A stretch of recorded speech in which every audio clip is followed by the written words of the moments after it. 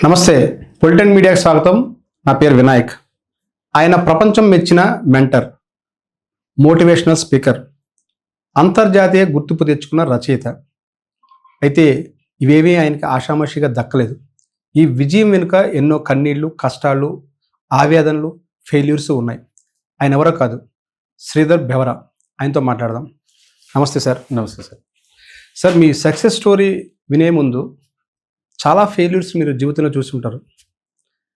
ఈ నేపథ్యంలో ముందుగా మీ కుటుంబ నేపథ్యం ఏంటి, ఎక్కడ పుట్టారు, మీ కుటుంబ పరిస్థితులు ఏంటి, ఒకసారి ముందుగా చెప్పండి సార్. నమస్తే అండి. Thank you for the polytent media to come and trying to know our success and failure story. మేము వాస్తవంగా అయితే విజయనగరం జిల్లాకు సంబంధించి ఓ చిన్న ప్రాంతం వంతరాం అని ఒక పల్లెటూరుకి మేము చెందినవాళ్ళం. మా తాతయ్య గారి టైంలో ఊరి పెద్దలు వాళ్ళు ఓ దిగువ మధ్యతరగతి రైతు కుటుంబం అని మా తాతయ్య గారి దగ్గర. మా తాతయ్య గారి తరువాత మా పెదనాన్నగారు ఊరి పెద్దయ్యారు. ఆయన డ్రిల్ మాస్టర్గా రిటైర్ అయ్యారు, బెవర జగన్నాథం నాయుడు. తర్వాత వాళ్ళ తమ్ముడు మా నాన్నగారు బెవర గోపాలం నాయుడు. వాళ్ళు 8 మంది పిల్లలు, 3 బ్రదర్స్, 5 అక్క చెల్లెళ్ళు. మా నాన్నగారికి అక్కడ మేము అక్కడ స్కూల్ కట్టించామండి. ఆ స్కూల్ కట్టించినందుకు గాను మా ఫాదర్కి జాబ్ ఇచ్చారు. అప్పుడు మా ఫాదర్ది ఎస్ఎస్ఎల్సి ఏదో అయింది. So he got a job as a clerk. తద్వారా మా father we started travelling around Vizianagaram, Srikakulam ఆ పరిధిలో. అలాగా రాజాంలో మేము కొన్నాళ్ళు ఉన్నాము. విజయనగరం నుంచి ఆ ప్రాంతం నుంచి పోలవరం అని ఒక చిన్న ప్రాంతం, టెక్కలి, రాజాం, ఇలాగ ప్రాంతాలు తిరుగుతూ కొన్ని కారణాల వల్ల మా father we had some challenges at home. So ఆ దిగువ మధ్యతరగతి ఎప్పుడు కూడా ఎలా ఉంటుందంటే చాలా డెలికేట్గా ఉంటుంది. ఏమాత్రం ఒక రాంగ్ ఇన్సిడెంట్ ఆ దిగువ మధ్యతరగతి రేఖను చెరిపేసి మరింత కిందకి తోసేస్తుంది. అటువంటి ఒక సున్నితమైనటువంటి ఒక సందర్భంలో మా ఫ్యామిలీ మరికొద్దిగా కిందకి వెళ్ళిపోవడం జరిగింది. బట్ సమ్హౌ ఐ థింక్ కొంతమంది కజిన్స్ సహాయంతో మేము 4 అన్నదమ్ములు, అక్క చెల్లి ఒకటి, మీరు 3 అన్నదమ్ములు, ఒక అక్క చెల్లండి. సో మొత్తానికి అలాగా బాల్యం కొంత అటు ఇటుగా ఇబ్బందులతో కొంత గడపడం జరిగింది. అంటే బాల్యానికి సంబంధించి కొన్ని చాలా మందికి తీపి గుర్తులు ఉంటాయి, మీకు చేదు గుర్తులు ఎక్కువ ఉన్నాయనేది విన్నాను. ఏంటి సార్ అసలు? అంటే 4 అన్నదమ్ములు, అంటే 3 అన్నదమ్ములు, సిస్టర్స్ అందరూ కూడా ఒక ఇంట్లో పెరిగారు అనేది తెలిసింది. కారణం ఏంటి సార్? ఎలాగా చేదు గుర్తులు ఏంటి అసలు? చేదు గుర్తులు అని అప్పుడు అనుకునే వాళ్ళం, కానీ అది కాదు, అది మంచి గుర్తులు. అవి ఛాలెంజ్ ఏంటంటే మన ఇంట్లో మనం ఉండలేని పరిస్థితుల్లో, అంటే మన తల్లిదండ్రులు మనల్ని కరెక్ట్గా మన ఆలనా పాలన చూసుకోలేని పరిస్థితుల్లో కొంతమంది కజిన్స్ ఇంటికి మేము వెళ్ళిపోవడం జరిగింది. మా 4 దత్తత కాదులేండి, ఇంచుమించు పెర్మనెంట్ గెస్ట్ లాగా అనమాట. సరే నేను చూసుకుంటాను, శ్రీధర్ నేను చదివిస్తానని ఒకరు, మురళి నేను చదివిస్తానని ఇంకొకరు, అలాగా 4 కూడా వేరు కజిన్స్ వాళ్ళ ఇంటికి వెళ్ళిపోవడం జరిగింది. ఎప్పటి నుంచి సార్ అలాగా? ఇదంతా ఎప్పుడంటే సార్ 87లో స్టార్ట్ అయింది సార్. అంటే మీ ఏజ్ అప్పుడు? నా ఏజ్ అప్పుడు నేను అరౌండ్ 15 years. నాకు 15 ఏళ్ళ వయసు. మా అన్నయ్యకి అప్పుడు 19 ఎంత ఉంటాయి. మా అన్నయ్య, నేను ఫస్ట్ వెళ్ళిపోయాను ఇంటి నుంచి ఒక కజిన్ ఇంటికి, తర్వాత అన్నయ్య, తర్వాత అక్క, తర్వాత తమ్ముడు, అట్లా. 10th అవుతూనే వెళ్ళిపోయాను. 10th రాజాంలో చదివాను నేను. 10th అవుతూనే ఇంకా ఇంటర్మీడియట్కి మా ఒక కజిన్ ఇంటికి గుంటూరు వెళ్ళిపోయాను. ఆయన చెప్పారు వచ్చి, నేను చదివిస్తాను శ్రీధర్ని అని చెప్పి. సో నేను అలా గుంటూరు వెళ్ళిపోవడం జరిగింది. మా అన్నయ్య విశాఖపట్నం వచ్చి మా ఇంకొక కజిన్ శివప్రసాద్ అన్నయ్య అని చెప్పి, ఆయన ఈ మధ్య ట్రాన్స్పోర్ట్ కమిషనర్గా రిటైర్ అయ్యారు. చాలా చాలా సహృదయుడు. మురళిని బాగా చూడడం వల్ల మొత్తం ఫ్యామిలీ అంతా కూడా చాలా చక్కగా సెటిల్ అయింది ఆయన దీనివల్ల. ఆయన ఏం చేశారంటే మురళిని పుల్లయ్య కాలేజీలో డిగ్రీ జాయిన్ చేశారు. అలాగా ఒక్కొక్కరు ఒక్కొక్క దగ్గర. శివప్రసాద్ గారు ఏమవుతారు సార్? శివప్రసాద్ మాకు పెద్దమ్మ గారు అబ్బాయి అండి. ఇంచుమించు మాకు సొంత అన్నయ్యలాగే పాపం చాలా చేశాడు. ఆ టైంలో మేము ఒక వ్యక్తి, అంటే ఏదైనా సహాయం కావాలంటే మేము చూసే మొట్టమొదటి వ్యక్తి శివప్రసాద్. అట్లా తర్వాత 10th అయిన తర్వాత మీరు ఇంటర్మీడియట్ గుంటూరుకి వచ్చారంటారు. నేను ఇంటర్ ఫస్ట్ ఇయర్ గుంటూరు. అంటే ఎందుకంటే ఆ కజిన్ తాలూకా, అంటే మా వదిన గారు ఆవిడ ఆంధ్ర బ్యాంక్ మేనేజర్గా చేసేవారు అక్కడ. ఆవిడకి వైజాగ్ మళ్ళీ ట్రాన్స్ఫర్ అయింది. నేను ఇంటర్ సెకండ్ ఇయర్ టైం మళ్ళీ నేను విశాఖపట్నం వచ్చేసాను. సో మా అన్నయ్యకి దగ్గరలో ఉండేవాడిని, ఇంచుమించు ఒకే ప్రాంతంలో. సో ఫస్ట్ ఇయర్ ఒక దగ్గర, సెకండ్ ఇయర్ ఒక దగ్గర చదివారా? అంతే sir, AVN college second year. Inter మీ ఫస్ట్ ఫెయిల్యూర్ ఇంటర్ ఫెయిల్యూర్ అంటే కదా సార్? సాలిడ్ ఫెయిల్యూర్ అండి. ఏంటి సార్ దాని వెనకాల ఉన్న స్టోరీ ఏంటి? ఏం లేదు, మనం Telugu medium students 10th class వరకు రాజాంలో చిన్న చిన్న ఉన్న ప్రాథమిక పాఠశాల 5వ తరగతి, 6వ తరగతి ఏమో జిల్లా పరిషత్ ఉన్నత పాఠశాల, 7 అక్కడ జీజే కాలేజ్, 8వ తరగతి కొన్ని పరిస్థితుల కారణంగా మేము శ్రీకాకుళంలో మున్సిపల్ హై స్కూల్లో చదివాను. మళ్ళీ 9, 10 రాజాం జూనియర్ కాలేజీలో చదివాను. మేమంతా తెలుగు మీడియం. ఒక్కసారి మా కజిన్ నన్ను తీసుకెళ్తానని చెప్పినప్పుడు నన్ను తీసుకెళ్ళి ఎంపీసీలో నన్ను జాయిన్ చేసేసారు. అది కూడా ఇంగ్లీష్ మీడియం. నేను లెక్కలను అంతగా నేను ప్రేమించలేకపోయాను ఆ టైంలో. లెక్కలు మనం అంత స్ట్రాంగ్ కాదు ఆ టైంలో. So MPC English medium. Just imagine, ఒక తెలుగు మీడియం స్టూడెంట్ ఒక చిన్న టౌన్ నుంచి గుంటూరు లాంటి చిన్న నగరంకి వెళ్ళిపోయి ఇంగ్లీష్ మీడియం స్కూల్, కొత్త ప్రదేశం, కొత్త ప్రాంతం, కజిన్స్ వాళ్ళ ఇంట్లో ఉండడం, ఎవ్రీథింగ్ ఈజ్ న్యూ. ఒక 15 ఏళ్ల అబ్బాయికి ఒక కల్చర్ షాక్ అని ఒక పుస్తకం ఉంటుంది, ఆల్విన్ టాఫ్లర్ అప్పుడెప్పుడు 70s రాసిన పుస్తకం. ఒక కల్చర్స్, డిఫరెంట్ కల్చర్లో మిమ్మల్ని పెడితే you will be affected with a shock. అది అక్వైంట్ అవ్వడానికి టైం పడుతుంది. సో 15 years టైంలో ఒక వేరే వాళ్ళ ఇంట్లో అన్ని జాగ్రత్తగా మనం మసులుకోవాలి, కొత్త ప్రాంతం, ఇంగ్లీష్ మీడియం స్కూలు, అలాంటి సిచ్యువేషన్స్లో I think beginning was very bad. So first year పోయింది. సెకండ్ ఇయర్ మళ్ళీ ఏవిఎన్ కాలేజ్కి వచ్చాము. ఇక్కడ కూడా మనల్ని, అంటే మనం ఏం చదువుతున్నాము, ఎలా చదువుతున్నాం అని చూసేవాళ్ళు లేరు. లేకపోవడం వల్ల ఆటోమేటిక్గా మీకు కంట్రోల్ ఉండదు కదా, ఎప్పుడు ఏదో ఆడుకోవడం.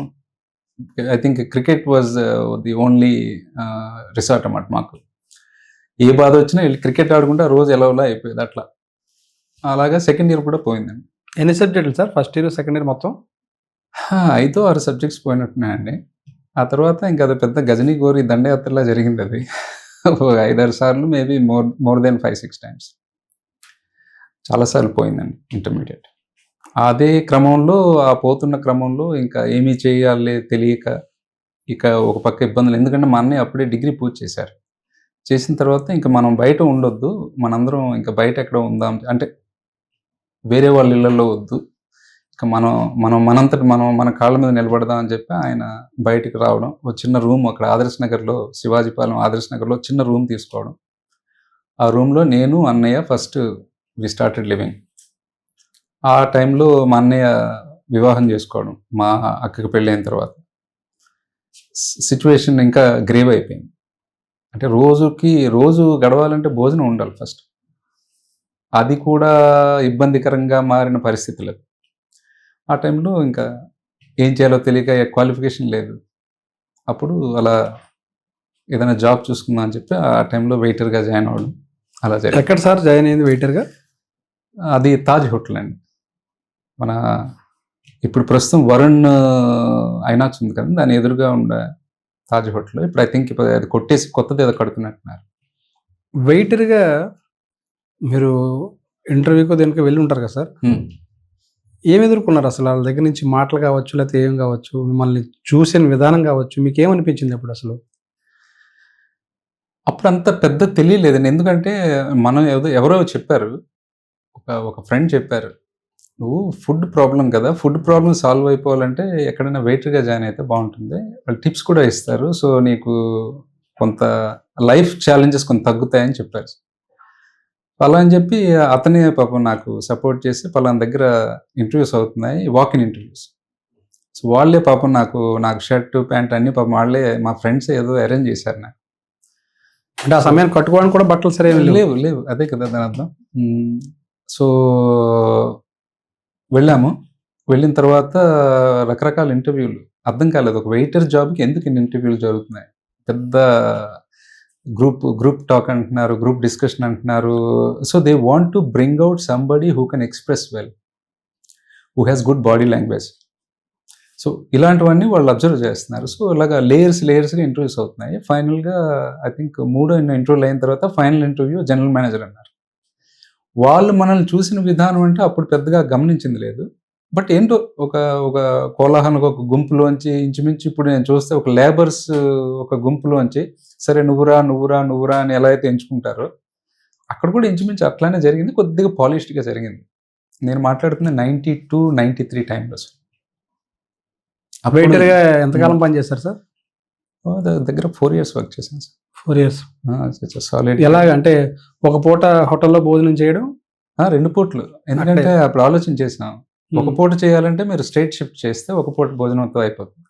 2 పూటల మీరు భోజనం చేయాలంటే డబుల్ షిఫ్ట్ చేయొచ్చు. డ్యూయల్ షిఫ్ట్ అని ఒకటి ఉంటుంది. అంటే మార్నింగ్ ఒక 5 hours, ఈవినింగ్ 5 hours. మనకు అది బాగా సెట్ అయిందనమాట. సో 2 పూటలు భోజనం పెర్ఫెక్ట్గా అయిపోతుంది. సో ఆకలి బాధ తోటి కేవలం భోజనం కోసమే వెయిటర్గా చేరారు అందులో? భోజనం అనేది ఒక భాగము. అదే ప్లస్ వాళ్ళు నా మొట్టమొదటి జీతం 800 రూపాయలు. 800 రూపీస్ ఆ టైంలో మాకు చాలా పెద్దది. ఇంటికి కూడా అది అవసరం అవుతుంది. ఎందుకంటే ఇంటి అద్దె 150 రూపాయలు ఆ రూమ్కి. మరి 800 అంటే మీకు పెద్ద అమౌంట్ కదా. సో అట్లా స్టార్ట్ చేశాం. వెయిటర్గా 4 ఏళ్ళ జీవితం ఎలా అనిపించింది సార్? ఏం నేర్చుకున్నారు ఆ పాఠాలు? ఐ థింక్ నా లైఫ్లో నేను ఇప్పటికీ నా success, whatever success that I have experience so far, ఆ 4 ఏళ్ళు ప్లస్ నేను చేసినటువంటి ర్యాండమ్ జాబ్స్ ఒక 8 ఏళ్ళు అలా పనిచేశాను చూడండి.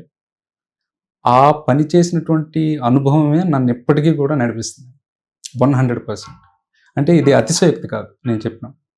Art of waiting is the greatest deal in the life. మీరు ఒక నిర్ణయం తీసుకోవాలన్నా there is an art of waiting. మీరు ఒక పని చేయాలన్నా there is an art of waiting. ఎక్కడ వెయిట్ చేయాలి, ఎంతసేపు వెయిట్ చేయాలి, ఎక్కడ ఆపేసి ఎక్కడ మీరు యాక్షన్లోకి దిగాలి, ఆర్ట్ ఆఫ్ వెయిటింగ్ అనేది నేను నేర్చుకున్నది ఒక వెయిటర్గా.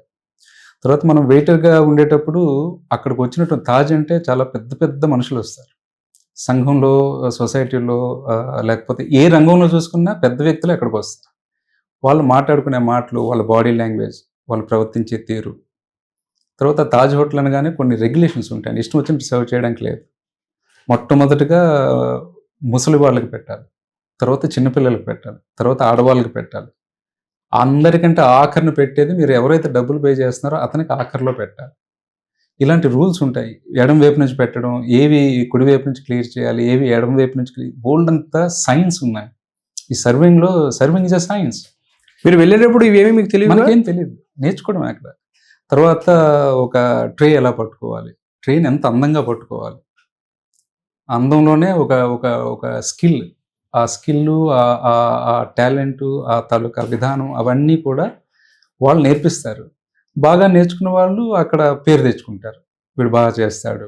ఎందుకంటే అక్కడ వెయిటర్ జాబ్ అంటే మామూలుగా ఏదో వెళ్ళి అంటే సర్వ్ చేయడమే వెయిటర్ జాబ్ కాదు. తాజ్లో గెస్ట్ని రిసీవ్ చేసుకున్న దగ్గర నుంచి తిరిగి గెస్ట్ని పంపించేదాకా ఒక్క పర్సనే చేయాలి.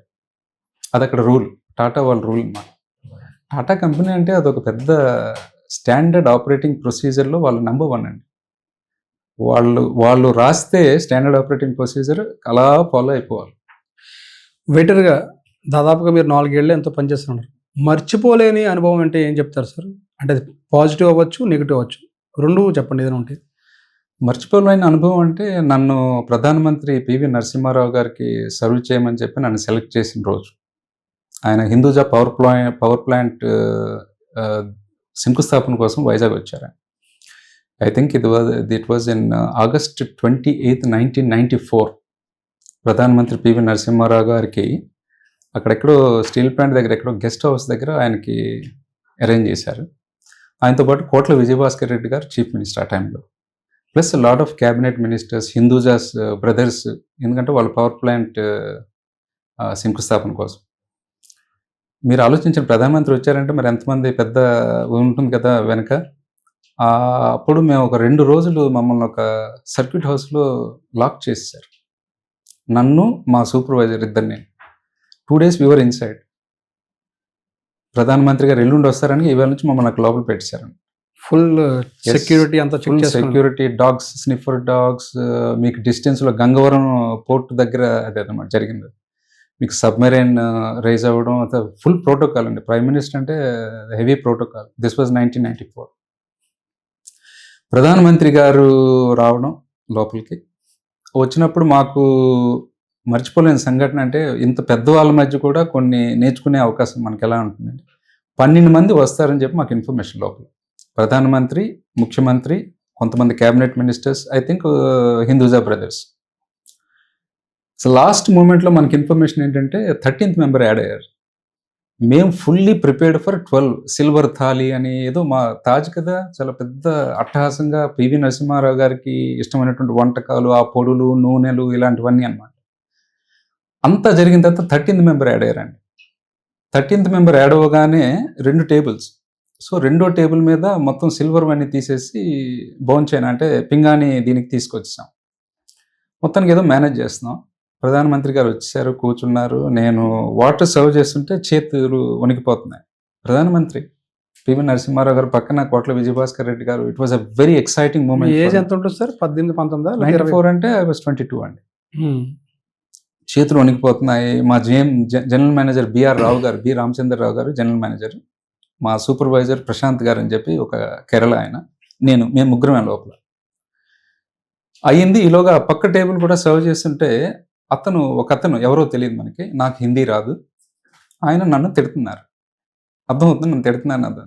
అక్కడ సిల్వర్ ప్లేట్లు ఏంటి, ఇక్కడ మాకు పింగాణి ప్లేట్లు ఏంటి, హమ్ చపరాసి హై క్యా అని అడిగారు నన్ను. దాని మీనింగ్ కూడా నాకు తెలియదు. మా జిఎం వచ్చారు, ఏదో మాట్లాడారు. మొత్తానికి హీ వాజ్ వెరీ అప్సెట్ అండి. నేను సర్వ్ చేసిన పాప ఆయన తినకుండా ఆర్గ్యూ చేస్తున్నారు మెల్లగా. మళ్ళీ గట్టిగా ఆర్గ్యూ చేయడానికి లేదు, పక్కనే ప్రధానమంత్రి టేబుల్. ఈలోగా ప్రధానమంత్రి గారు నిల్చుండిపోయారండి. ఇట్ ఇస్ వర్క్ బికాజ్ అతను లంచ్ అయిపోయింది, కొద్దిగా ఏవో తిన్నారు, లేచిపోయారు. ఆయన లేచిపోవడం అందరూ లేచిపోయారు. This gentleman did not eat one small morsel. ఒక చిన్న చపాతీ ముక్క కూడా పాపం తినలేదు ఆయన. లేచిపోయాడు ఆయన కూడా, వెళ్ళిపోయారు. Just imagine how much learning అక్కడ ఆ రూమ్లో ఆ సంఘటన ద్వారా మీరు నేర్చుకోవడానికి ఎంత లైఫ్ మొత్తం సరిపోతుంది. ప్రధానమంత్రి లేచిపోయిన తర్వాత ఈయన లేచిపోవాలి. భోజనం చేయలేదు ఈయన. ఆ కోపంలో ఆయన నాతో ఆర్గ్యూ చేసి ఉండిపోయాడు ఆ 15 నిమిషాలు. ఈ వాజ్ వెరీ అప్సెట్. అంటే మాకు ట్రీట్మెంట్ తక్కువ అయింది అనే భావనలో అతను అలా ఉండిపోయారు.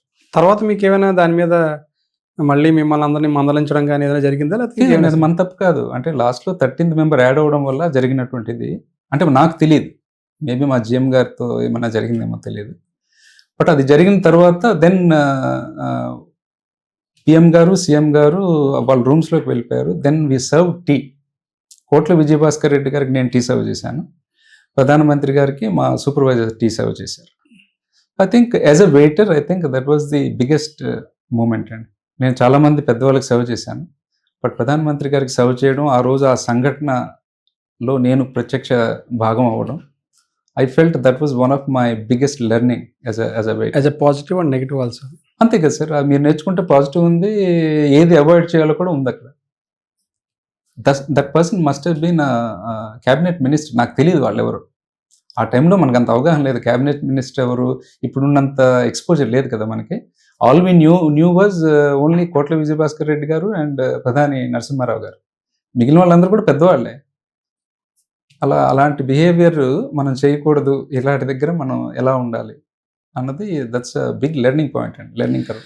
4 ఏళ్ల వెయిటర్ తర్వాత మీరు మధ్యలో పాల ప్యాకెట్లు కూడా అమ్మినట్టున్నారు సార్? అవును సార్, హెరిటేజ్ కంపెనీ కొత్తగా స్టార్ట్ చేశారు ఆ టైంలో. మనకి ఎక్స్ట్రా ఎర్నింగ్ కావాలి. I still have time. నేను మార్నింగ్ 10కి వెళ్తే 3 గంటలకి అయిపోతుంది, మళ్ళీ 6కి వెళ్తే నైట్ 12కి అయిపోతుంది. 3 to 6 ఐ హ్యావ్ టైం. ఇదేం చేయొచ్చు, ఇది మధ్యాహ్నం. తర్వాత మార్నింగ్ 10 వరకు నాకు టైం ఉంది. పాల ప్యాకెట్ల వ్యాపారం అంటే ఎర్లీ మార్నింగ్ అయిపోతుంది. సో ఎర్లీ మార్నింగ్ అయిపోతుంది, నాకు ఇక్కడ ఎక్కడా కూడా డిస్టర్బెన్స్ లేదు అని చెప్పి పాల ప్యాకెట్ ఒక మన పెదవాల్టేరు జంక్షన్ ఉంది కదండి, రాణి చంద్రమతి దేవి హాస్పిటల్, ఆ జంక్షన్కి మేము ఒక డిస్ట్రిబ్యూషన్ తీసుకున్నాను. ఐ థింక్ 1500 ఎంతో కట్టి ఆ ఏరియాకి సప్లై చేయడానికి. మళ్ళీ అది కూడా అందులో కూడా నాకు ఇళ్ళకి సప్లై చేసే అవకాశం ఇవ్వలేదు, ఓన్లీ స్ట్రీట్ వెండర్స్కి సప్లై చేసే అవకాశం. అంటే ఇప్పుడు టీ దుకాణాలు ఇలాంటివన్నీ ఉంటాయి, వాళ్ళకి సప్లై చేసే అవకాశం. కొండపల్లి రాజా సినిమా చూసి ఇన్స్పైర్ అయ్యారంట దాని మీద? అవును, నేను మర్చిపోయాను, మా ఇంట్లో వాళ్ళు గుర్తు చేస్తారు. ఆ టైంలోనే కొండపల్లి రాజా వెంకటేష్ గారి సినిమా ఏదో వచ్చి, ఆయన కూడా పాల వ్యాపారం చేసి పెద్ద కోటీశ్వరుడు అవుతాడు. ఐ థింక్ అది చూసి ఇన్స్పైర్ అయినట్టున్నాను ఆ టైంలో. గుర్తుకుందా సార్ అసలు ఆ సంఘటన గుర్తుందా మీకు, ఆ సినిమా కానీ అవిను? ఛాయిగా లీలగా గుర్తు. అంటే ఇప్పుడు కొండపల్లి రాజా సినిమాలో సుమన్కి అగేనిస్ట్గా వెంకటేష్ ఛాలెంజ్ చేసి పాల వ్యాపారం మొదలు పెడతాడు. ఎంత డీటెయిల్ గుర్తులేదు, బట్ ఎస్ ఇన్స్పైర్ అయ్యారు బాగా. బాగా ఆ రోజు ఐ థింక్ అందుకని పాల వ్యాపారంలో దిగారు. చేసాం కానీ అది అటర్ ఫెయిల్యూర్ అయిపోయింది సార్. అంటే ఎలా సార్, ఎలా ఫెయిల్యూర్ అయింది? అమ్మడం అంటే మన వస్తువుని పక్కవాడికి ఇచ్చేయడం కాదు. అమ్మడం అంటే వస్తువుని ఇచ్చి ఆ వస్తువుకు తగ్గ డబ్బులు మళ్ళీ వెనక్కి తీసుకోవడం. So sale means collecting money. That is the ultimate definition of sale. అది మనకు అప్పుడు తెలియదు. సేల్ అంటే మనకు మీకు ఇచ్చేసి క్రెడిట్లో నేను నోట్ చేసుకొని, that's not sale. Sale means you have to collect the money and money must be in your pocket. If money is not in your pocket then there is no sale. ఎంత నష్టపోయి ఉంటారు sir అప్పుడు? అప్పట్లో ఎంతో 3,000-4,000 rupees. But that was a big loss for me ఆ టైంలో. ఎందుకంటే కట్టడం 1,500 కట్టడం అప్పు చేసి కట్టాం, దానికి తోడు మళ్ళీ లాస్. సో ఎన్నేళ్ళు చేస్తారు అది పాల వ్యాపారం? ఒక 1 year 1.5 years అంత చేసినారు. అది సక్సెస్ కాకపోతే ఇంకా ఆగిపోయారు సార్? ఆగిపోయాం సార్, అది సక్సెస్ కాలేదు, ఆగిపోయాము. దెన్ ఒక అక్కడ ఉన్న పౌల్ట్రీ షాప్లో జస్ట్ అసిస్టెంట్ హెల్పర్గా జాయిన్ అయ్యాను. మాకు మధ్యాహ్నం 3 to 6 టైం ఉంది కదా సార్. ఆ 3 to 6కి అక్కడ ఇక్కడ వైన్ షాప్ ఒకటి ఉంటుంది సార్ పెదవాల్తేరు జంక్షన్లో. ఆ కిందకి దిగితే ఒక చికెన్ షాప్ ఉండేది, అందులో వర్క్ చేశాను. ఒక 6-8 months వర్క్ చేశాను. అందులో ఏం చేసేవారు సార్ హెల్పర్ అంటే? అంతే, ఇంకా వస్తే చికెన్ని చేసి మీకు రెగ్యులర్ చికెన్ షాప్లో ఏం జరుగుతుంది, చికెన్ అంటే కోడిని చంపి మాంసం కొట్టి మీకు ఇవ్వాలి, ఆ పని చేసి. తర్వాత ఇంటికి కూడా ఏదైనా కొత్తగా ఐడియాలజీ చేసి ఇంటికి సప్లై చేశారు సార్? ఏంటి అది చికెన్ కూడా? ఆ టైంలో వాట్ వీ హ్యావ్ అబ్జర్వ్డ్, చాలామంది వచ్చి పాపం అలా లైన్లో నిల్చునేవాళ్ళు, పెద్దవాళ్ళు చికెన్ కొనడానికి. ప్రత్యేకించి సండే అయితే పాపం ఒక 20-30 మంది ఉండేవాళ్ళు. ఎందుకు వీళ్ళు ఇక్కడ రావడం అని చెప్పి నేను మా యంగర్ బ్రదర్ గిరిధర్ కలిసి ముందు ఆర్డర్ తీసేసుకొని ఒక 20 kgs ఆర్డర్ వచ్చింది సార్. అప్పుడు సార్ ఇప్పటిలా కాదు, వీక్ ఒకసారి లేదా వీక్ 2 సార్లు తినేవాళ్ళు చికెన్ నాన్ వెజ్. సో మేము సండేని టార్గెట్ చేసి సాటర్డే వరకు ఆర్డర్స్ తీసుకునేవాళ్ళం ఇంటింటికి వెళ్ళి. ఒక 20 kgs 30 kgs ఆర్డర్ వచ్చింది. సో సాటర్డే నైట్ నేను మాకు తెలిసిన వాళ్ళు ఒక కోళ్ళ ఫామ్కి వెళ్ళిపోయేవాడిని. నైట్ ఒక రిపేర్, ఎప్పుడు రిపేర్లో వచ్చే చిన్న TVS 50 ఉండేది సార్ ఆ టైంలో, అప్పటికది కొనుక్కున్నాం. సో దాన్ని తీసుకొని వెళ్ళిపోయేవాడిని. ఆ నైట్ అక్కడ పడుకొని ఎర్లీ మార్నింగ్ 3కి ఎంతకు లేచి అక్కడ ఉన్నటువంటి హెల్పర్ సాయంతో 20 kgs సరిపడా మాంసం రెడీ చేసుకొని ఆ మొత్తం తీసుకొని వచ్చి మా ఇంకొక కజిన్ వాళ్ళ ఇంటి వెనక భాగాన్ని వాళ్ళు పాపం ఆవిడ ఇచ్చేవారు. అందులో 1 kg 1/2 kg ఇలాంటి ప్యాకెట్లు పెట్టుకొని హోమ్ డెలివరీ చేసేవాళ్ళం. సక్సెస్ అయ్యారు సార్ అందులో? రోరింగ్ బిజినెస్ సార్ అది. కానీ మళ్ళీ ఇంకో లెర్నింగ్, రోరింగ్ బిజినెస్ని మీరు స్కేల్ అప్ ఎలా చేయాలి తెలియాలి, మీరు గైడెన్స్ ఉండాలి. ఎంత రోరింగ్ బిజినెస్ అంటే 800 రూపాయలు జీతం అని చెప్పాను కదా, ఒకే రోజు 1500 చూడడం ఎలా ఉంటుంది? 800 రూపాయల జీతగాడికి ఒకే రోజు 1400 1500 చూస్తే ఎలా ఉంటుంది? అంత రోరింగ్ బిజినెస్ చేయలేకపోయాం. మా గైడెన్స్ లేక, అంటే స్కేలప్ చేయడం తెలియక, మేము ఎవరినో ఒకరిద్దరిని పెట్టుకున్నా కానీ వాళ్ళు సరిగ్గా పని చేయక, మొత్తానికి దాన్ని పని ఎక్కువయ్యి ఆ పనిని ఎలా స్కేలప్ చేయాలో తెలియక వదిలేసాం. దిస్ వాజ్ ఇన్ 93-94 అండి. అసలు హోమ్ డెలివరీ అనేటటువంటి కాన్సెప్ట్ లేని రోజులు. అవును, అది మాకు అవసరం. అది అందుకే అంటారు the necessity is the virtue, mother of all virtues అని. మాకు అవసరంకి చేసిన పని అది. తర్వాత ఇప్పుడు మేము చూసుకుంటే 10 ఏళ్ళ తర్వాత చూసుకుంటే, 10-20 ఏళ్ళ తర్వాత చూసుకుంటే ఎప్పుడెప్పుడు చేసామో మనకి స్కేలప్ చేయడం తెలియదు. ఆకలి బాధలు బాగా ఎక్కువ అనిపించినట్టున్నారు సార్? పర్లేదు సార్, ఒక మోస్తరుగా. అందులోంచి కవితలు కూడా రాసేవారంట, ఏదైనా కవిత గుర్తుందా సార్ మీకు? ఉన్నాయండి. కవితలు రాయడం అన్నది it was always helpful for us. అంటే మీరు ఎక్స్ప్రెస్ చేసేస్తే అక్కడితో అది క్లోజ్ అయిపోతుంది. లేదంటే ఆ బాధని, అందుకే కదా అంటారు వెంట అవుట్ చేయాలి మీరు. కొంతమంది స్క్రీమ్ చేస్తారు, ఎవ్వరు లేనప్పుడు గట్టిగా అరవడం, బాధను బయటకు వెళ్ళగా, లేదా ఏడవడం, ఒక్కొక్కరు ఒక్కో రకమైనటువంటి ఎక్స్ప్రెషన్. మీకు గుర్తున్న కవిత చెప్పండి సార్. ఆకలి టైంలో రాసింది ఒకటి ఉందండి. మృత్యువు కరాల మృత్యువు, సమస్త బ్రతుకుల సంతర్పణకై అనాదిగా పునాది లేసుకు మృత్యువు కరాళ మృత్యువు. ఆరని సెగలు అవి బొగబొగలు, రగిలే చిచ్చులు అవి కార్చిచ్చులు, కరిగే సమయం చచ్చే సహనం, పేగుల పోగుల ఆకలి కూతలు, రక్కసి కోరల రంపపు కోతలు, కాలేయంలో కోలాహలమది, ఆమ్లక్షారాల హాలాహలమది, పట్టెడు మెతుకుల చచ్చే ఆకలి, అవి లేక పుట్టెడు బ్రతుకుల చంపే ఆకలి, ఆకలి కేకల ఆఖరు మజిలి మృత్యువు, కరాళ మృత్యువు. ఇది ఎప్పుడో ఒకరోజు భోజనం లేని టైంలోనే ఐ థింక్ ఆ ఫ్రస్ట్రేషన్లో రాసిన కవిత, మేబీ 94 అనుకుంటాను. ఈ కవిత రాసేటప్పుడు పదజాలం వాడడం కానీ ఆ తెలుగు మీద కొద్ది గొప్ప అవగాహన ఉండాలి పూర్తిగా దాని మీద రాసేవాడు. ఎలా పుట్టాయి సార్ పదాలన్నీ మీకు? I think we are very good at Telugu. Very good అంటే మేబీ అది పెద్ద స్టేట్మెంట్ ఏమో. వీఆర్ గుడ్ ఎట్ తెలుగు అండి. మేబీ మా నాన్నగారు కూడా కొంత రాసే ఇది ఉంది. ఐ థింక్ కొన్ని వాసనలు ఉంటాయి కదండి. సో అలా Telugu I think we loved Telugu. Telugu భాష వెరీ స్పెషల్. ఐ థింక్ ఈవేళ చాలామంది తెలుసుకోవాల్సింది ఏంటంటే, మీ మాతృభాషలో మీకు కమాండ్ ఉంటే పరభాషలు మీరు చాలా ఈజీగా నేర్చుకోగలుగుతారు. This is my own experience. అంటే ఈ ఎక్స్పీరియన్స్ అందరికీ సూట్ కాకపోవచ్చు, బట్ నా విషయంలో అది చాలా చాలా బాగా హెల్ప్ అయింది. ఆ తర్వాత మీ జర్నీ ముందుకు ఎలా వెళ్ళింది సార్? అంటే ఈ ఏదైతే మీరు కవితలు రాయడం కానీ ఇంకా అలా కంటిన్యూ చేసేవారు సార్ కవితలు విను, లేదంటే కనుక? రాశాను కంటిన్యూ. ఐ థింక్ నేను మాస్టర్స్ నేను ఫుల్ టైం మళ్ళీ స్కూల్కి వెళ్ళడం, ఈ జాబ్స్ అన్నీ అయిన తర్వాత మా అన్నయ్య ఈలోగా దుబాయ్ వెళ్ళిపోవడం 1997. అంటే కుటుంబాన్ని ఇంకా ఇంటర్ ఎప్పుడు పాస్ అయ్యారు సార్? మళ్ళీ ఇంటర్ మీద దండయాత్ర చేశారు కదా? దండయాత్ర చేసి ఎప్పటికి ఫైనలైజ్ అయింది? ఫైనల్గా ఎప్పుడు పాస్ అయ్యారు? ఎన్ని ఏళ్ళు పట్టింది సార్? 95లో పాస్ అయ్యాను సార్.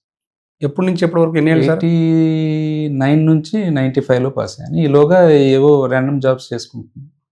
95లో కష్టపడి మళ్ళీ సాధించారు? కష్టపడి కాదు, పాస్ అయ్యాను లక్కీగా. దెన్ 95 to 98 డిగ్రీ ప్రైవేట్గా కంప్లీట్ చేశాను, బీకామ్.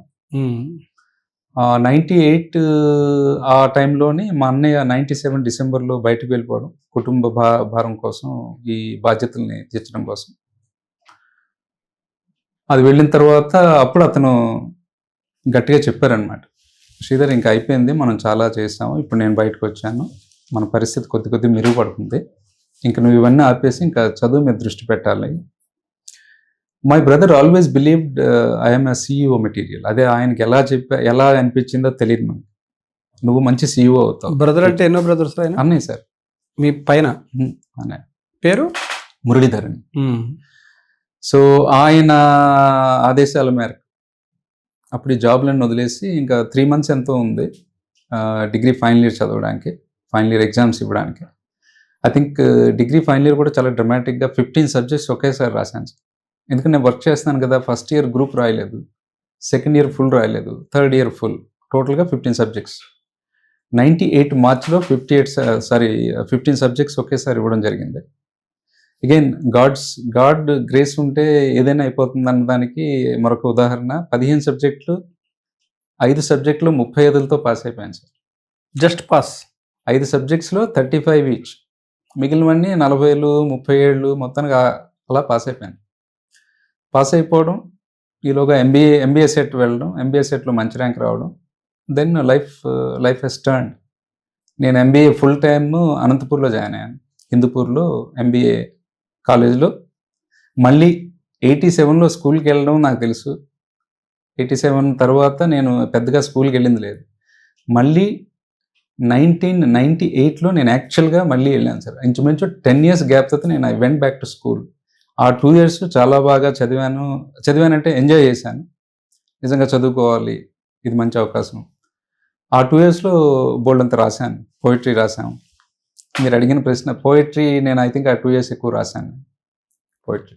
అప్పటికి మామూలుగా పీజీ సమయానికి వచ్చారు కాబట్టి పుస్తకాలు రాయాలి అని కానీ, కవితలన్నింటినీ కూడా ఒక పుస్తకాలుగా అచ్చి వేయించాలని కానీ ఇలాంటి ఆలోచన అప్పట్లోనే ఉండేది సార్ మీకు? లేదండి, కానీ మా కజిన్ ఎవరో నేను రాసిన పోయిటరీ అంతటిని ఒక బుక్ చేయించారు. అంటే బుక్ రాయాలి అన్న థాట్ అప్పటికి లేదండి.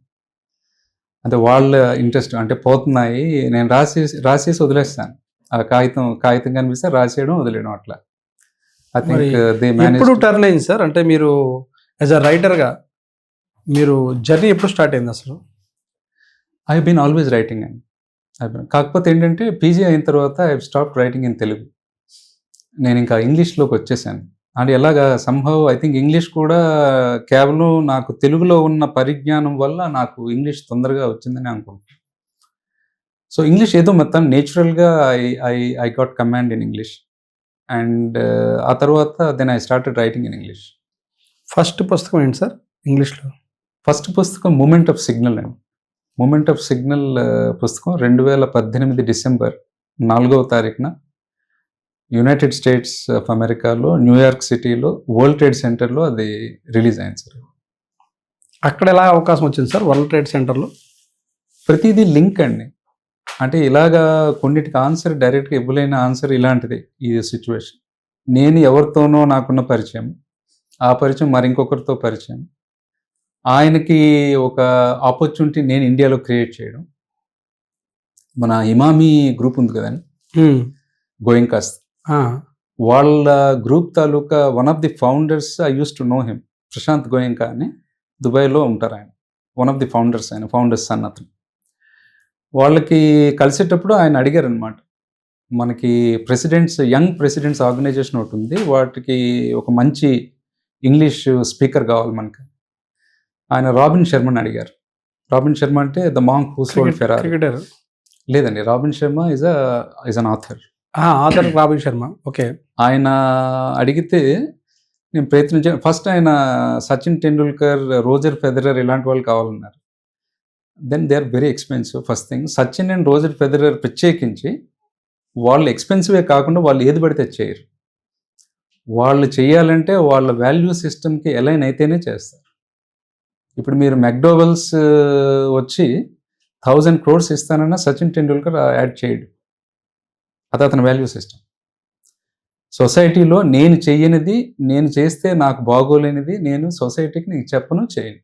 అలాగా వదిలేసుకున్నటువంటి యాడ్లు చాలా ఉన్నాయి సచిన్. సో రోజర్ ఫెదరర్ కూడా అంతే. కలిసారా సార్ వాళ్ళిద్దరిని? ఏమన్నా లేదు, కలవలేదు. ప్రయత్నం చేశారు. సో వాళ్ళు we try to bring them వీళ్ళ కోసం. అప్పుడు తెలిసింది ఏంటంటే వాళ్ళు చాలా expensive. Then Robin Sharma respond అయ్యారు. $100,000 డిమాండ్ చేశారు ఆయన ఒక రోజు సెషన్కి. $100,000. అది కూడా 1 year వెయిటింగ్ టైం. 1 year వరకు ఖాళీ లేదు అతను. ప్లస్ 5-star డీలక్స్ హోటల్లో stay, first class business tickets for 3 people. ఎందుకంటే ఆయనతో పాటు మరో 2 వస్తారు. ప్రశాంత్ గోయింకా గారు, నేను ఇవన్నీ వద్దు మనకి. దెన్ అడిగాను, ఆయన మీకు బడ్జెట్ ఎంత అని అడిగాను. బడ్జెట్ ఐ థింక్ $30,000 అని చెప్పారు. $30,000 అంటేనే దగ్గర దగ్గర 25 లక్షల రూపాయలు ఇప్పుడున్న ఖరీదు. ఓకే అని చెప్పి అప్పుడు జెఫ్ హేజ్లెట్ అని చెప్పి అతను కొడాక్ కంపెనీకి ప్రపంచవ్యాప్తంగా చీఫ్ మార్కెటింగ్ ఆఫీసర్. అతనితో అప్పటికి పరిచయం అయింది. And he is also very good speaker, ఇలాంటి చేస్తుంటారు. ఆయనకి చెప్పాను, ఒక అవకాశం ఉంది, రండి వచ్చి చేయండి అని. వాళ్ళకి కనెక్ట్ చేసాము. తర్వాత నాకు అసలు కూడా తెలియదు ఆయన రావడం, ఆయనకి కలకత్తాలోని ముంబైలోని సెషన్స్ చేయించడం, అదంతా మనకి తెలియదు ఎంత ఒప్పుకున్నారు వాళ్ళిద్దరు. సో పని అయిపోయింది.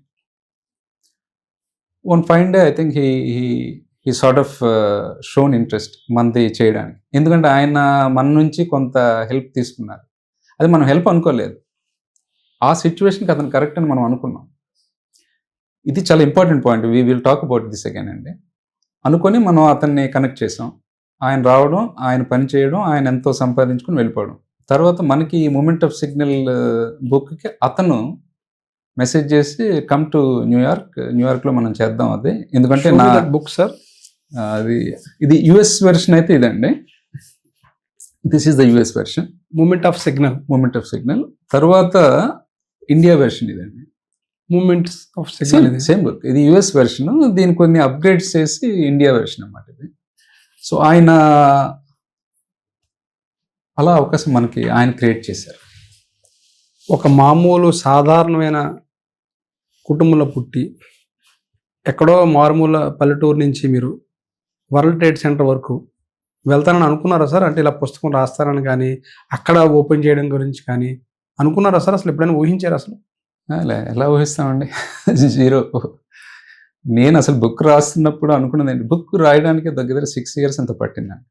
కానీ బుక్ రాసినప్పుడు నా ఆలోచన ఏంటంటే బుక్ పబ్లిష్ అయ్యి ఆ బుక్ ఏదో ఒక బుక్ షాప్లో పెడితే ఒక కాపీ ఆ పక్కన నిల్చొని ఒక ఫోటో తీసుకుందామని మాత్రం గట్టిగా అనుకున్నాను. అంతవరకు అనుకున్నాను. అలాంటిది మీరు ఏకంగా వరల్డ్ ట్రేడ్ సెంటర్లో హేమా హేమీల మధ్య ఆ పుస్తకాన్ని రిలీజ్ చేయడం ఎలా అనిపించింది సార్? ఆ మూమెంట్ ఏమనిపించింది? వెరీ స్పెషల్ అండి, వెరీ స్పెషల్. బట్ మనకి తెలియదు ఆ టైం, ఏదో దేవుడి దయ అని అనుకుని అలా ముందుకు వెళ్ళిపోయాము. గుర్తుందా సార్ ఇప్పటికి కూడా మూమెంట్ గుర్తుందా? Yes, అసలు very ఏం జరిగింది అనేది గుర్తుందా? Very much, very much. Stage మీద ఏం జరిగింది, ఎవరు వచ్చారు, Yes, ఎవరెవరు yes. వచ్చారు సార్? అందరూ అంటే అక్కడ కార్పొరేట్ ఎగ్జిక్యూటివ్స్ మొత్తం అక్కడ న్యూయార్క్ నగరంలో ఉన్నటువంటి కొంతమంది ఆథర్స్ వాళ్ళ మధ్యలో జరిగింది. It was a very good event. And then book went on to become best seller in not only US but few other కంట్రీస్లో కూడా బెస్ట్ సెల్లర్ అయింది. సార్, మూమెంట్ ఆఫ్ సిగ్నల్ పుస్తకం రాసి ప్రపంచవ్యాప్తంగా మీకు గుర్తింపు తెచ్చిన తర్వాత ఏమనిపించింది? ఇండియాలో ఎప్పుడైనా మీరు పబ్లిష్ చేయడానికి ఏదైనా పుస్తకాలు ప్రయత్నం చేస్తున్నప్పుడు ఎటువంటి అనుభవాలు ఉన్నాయి మీకు అసలు?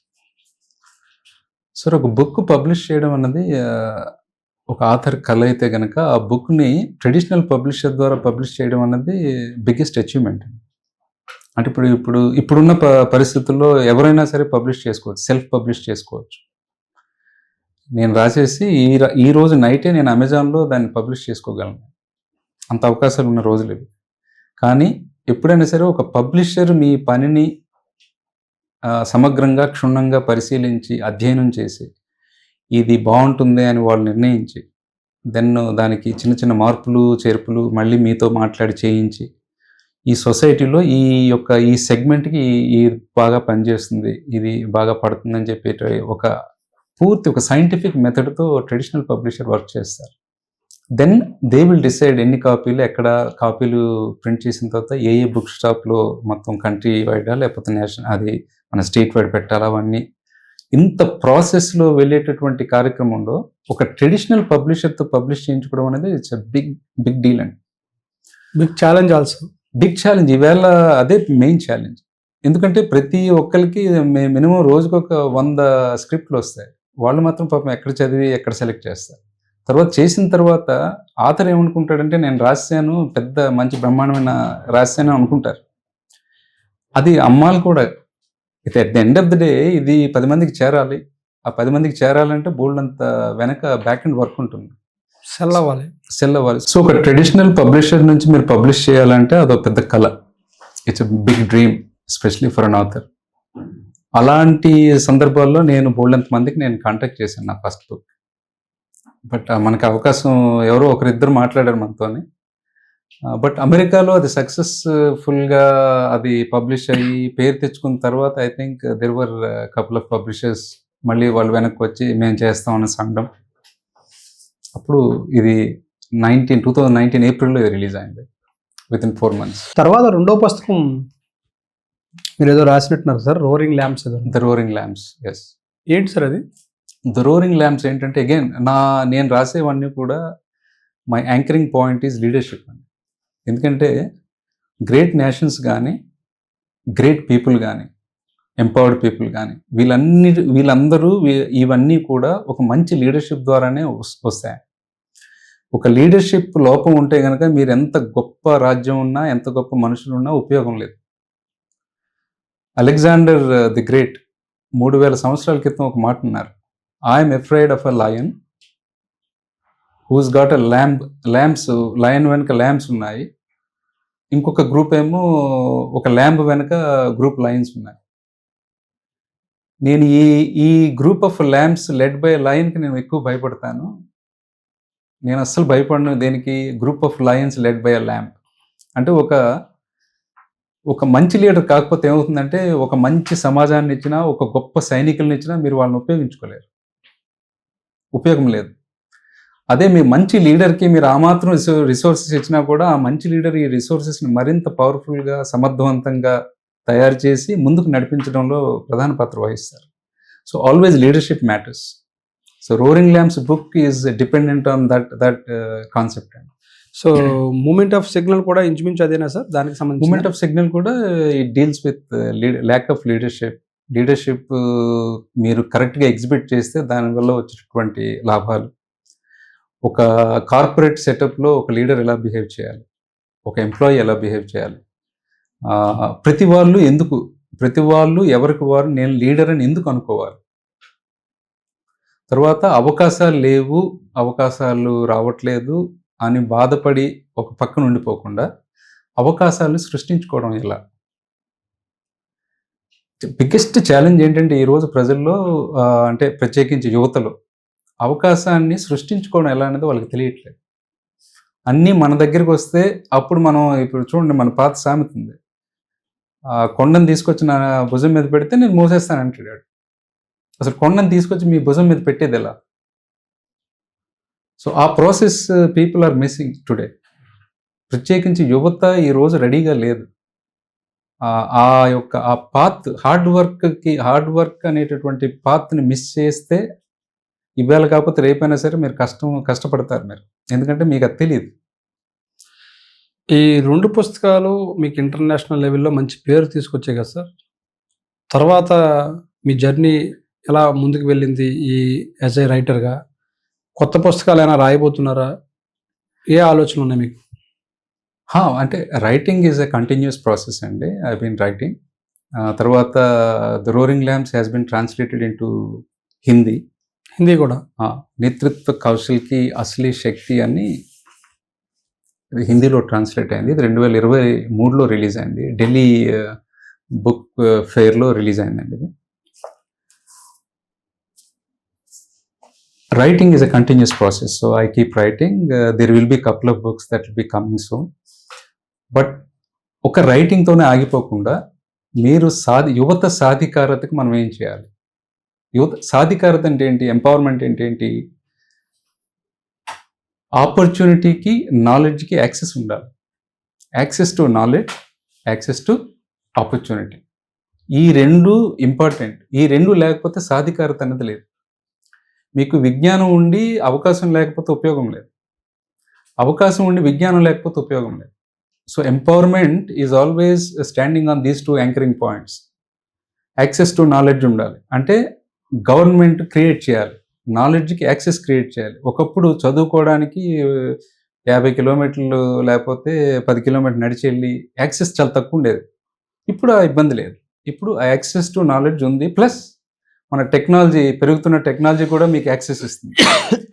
ఇంట్లో ఉండి కూడా ఈవేళ చదువుకోగలుగుతున్నారు కొంతమంది పిల్లలు.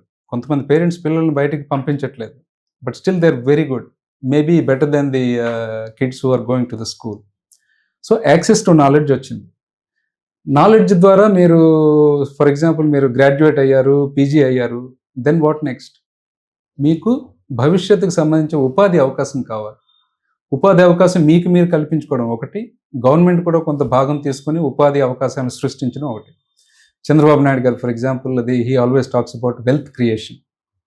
Wealth creation is basically dependent on these 2 things.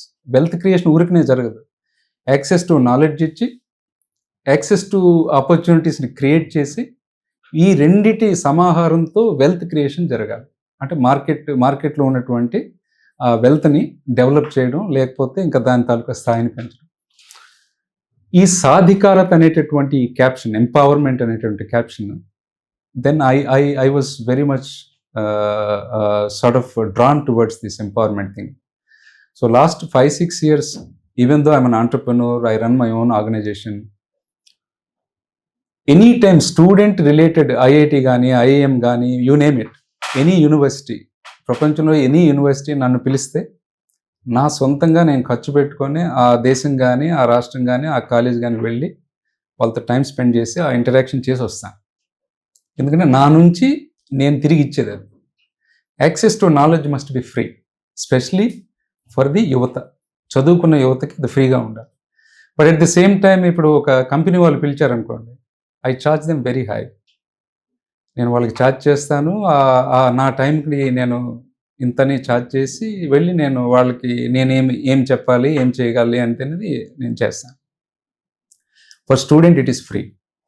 So ఈ ఏరియాస్లో వి స్టార్టెడ్ వర్కింగ్, ప్రత్యేకించి యువత సాధికారత. దీనికి ముందు మీరు కొత్తగా ఏదో పుస్తకం రాయబోతున్నారు, కళ అంటే ఇప్పుడు దానికి సంబంధించి మైథాలజీ బుక్ ఒకటి రిలీజ్ చేయాలని ఆలోచన ఉంది అనేది మీరు తరచూ చెప్పే మాట. అంటే ఏ టైప్ ఆఫ్ బుక్ని మీరు రాయాలనుకుంటున్నారు? ఏమైనా ప్రాసెస్ స్టార్ట్ చేస్తారు సార్? ఏంటది? ఈ బుక్ ఇది మైథాలజీ, టెక్నాలజీ రెండిటి సమాహారం. టెక్నాలజీ ఈరోజు for example artificial intelligence. Artificial intelligence ఇంకా చాలా దశలో ఉంది. ఇంకా దీని తాలూకా ప్రభావం ఇంకా పూర్తిగా లేదు మన మీద. కానీ రానున్న మరొక 4-5 ఏళ్లలో దీని ప్రభావం ఎక్కువ అవుతుంది. దీనివల్ల గుడ్ అండ్ బ్యాడ్ రెండు ఉన్నాయి. Bad could be I think loss of jobs. Good could be for example ఒక అంధుడికి కళ్ళు వస్తే ఎంత బాగుంటుంది, ఒక వికలాంగుడికి కాలు చేస్తే ఎంత బాగుంటుంది. సో టెక్నాలజీతో ఇవన్నీ కూడా పాసిబుల్ అయ్యే అవకాశాలు ఉన్నాయి. So it's good side. And టెక్నాలజీతో మీ యొక్క ఆయుర్దాయం, లైఫ్ ఎక్స్పెక్టెన్సీ పెరిగింది అనుకోండి, సొసైటీకి ఎంత గొప్పది. టెక్నాలజీని మైథాలజీని అనుసంధానిస్తూ అంటే ఏ టైప్ ఆఫ్ బుక్ రాయబోతున్నారు అసలు? సో ఈ బుక్ ఏంటంటే, ఈ బుక్ తాలూకా సూత్రం ఏంటంటే, technology is going to be the new demon అనమాట. టెక్నాలజీయే డెమన్. అండ్ ఫర్ ఎగ్జాంపుల్ బలి చక్రవర్తి, మనకి ఇంకా ఇమ్మోర్టల్స్ ఉన్నారు. పరశురాముడు, బలి చక్రవర్తి, హనుమంతుడు, అశ్వత్థామ, ఇలాంటి చిరంజీవులు కొంతమంది ఉన్నారు. Bali Chakravarthi is the grandson of Prahlada.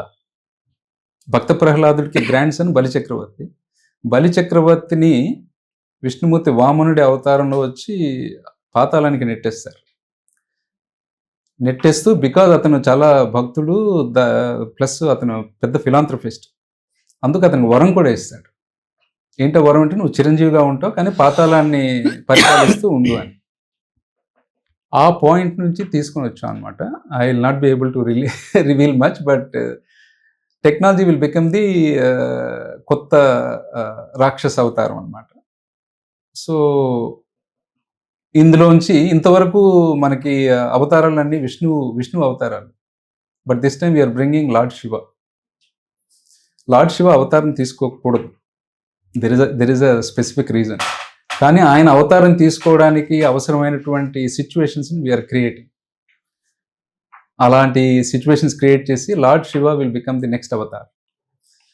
Fight against the artificial intelligence related.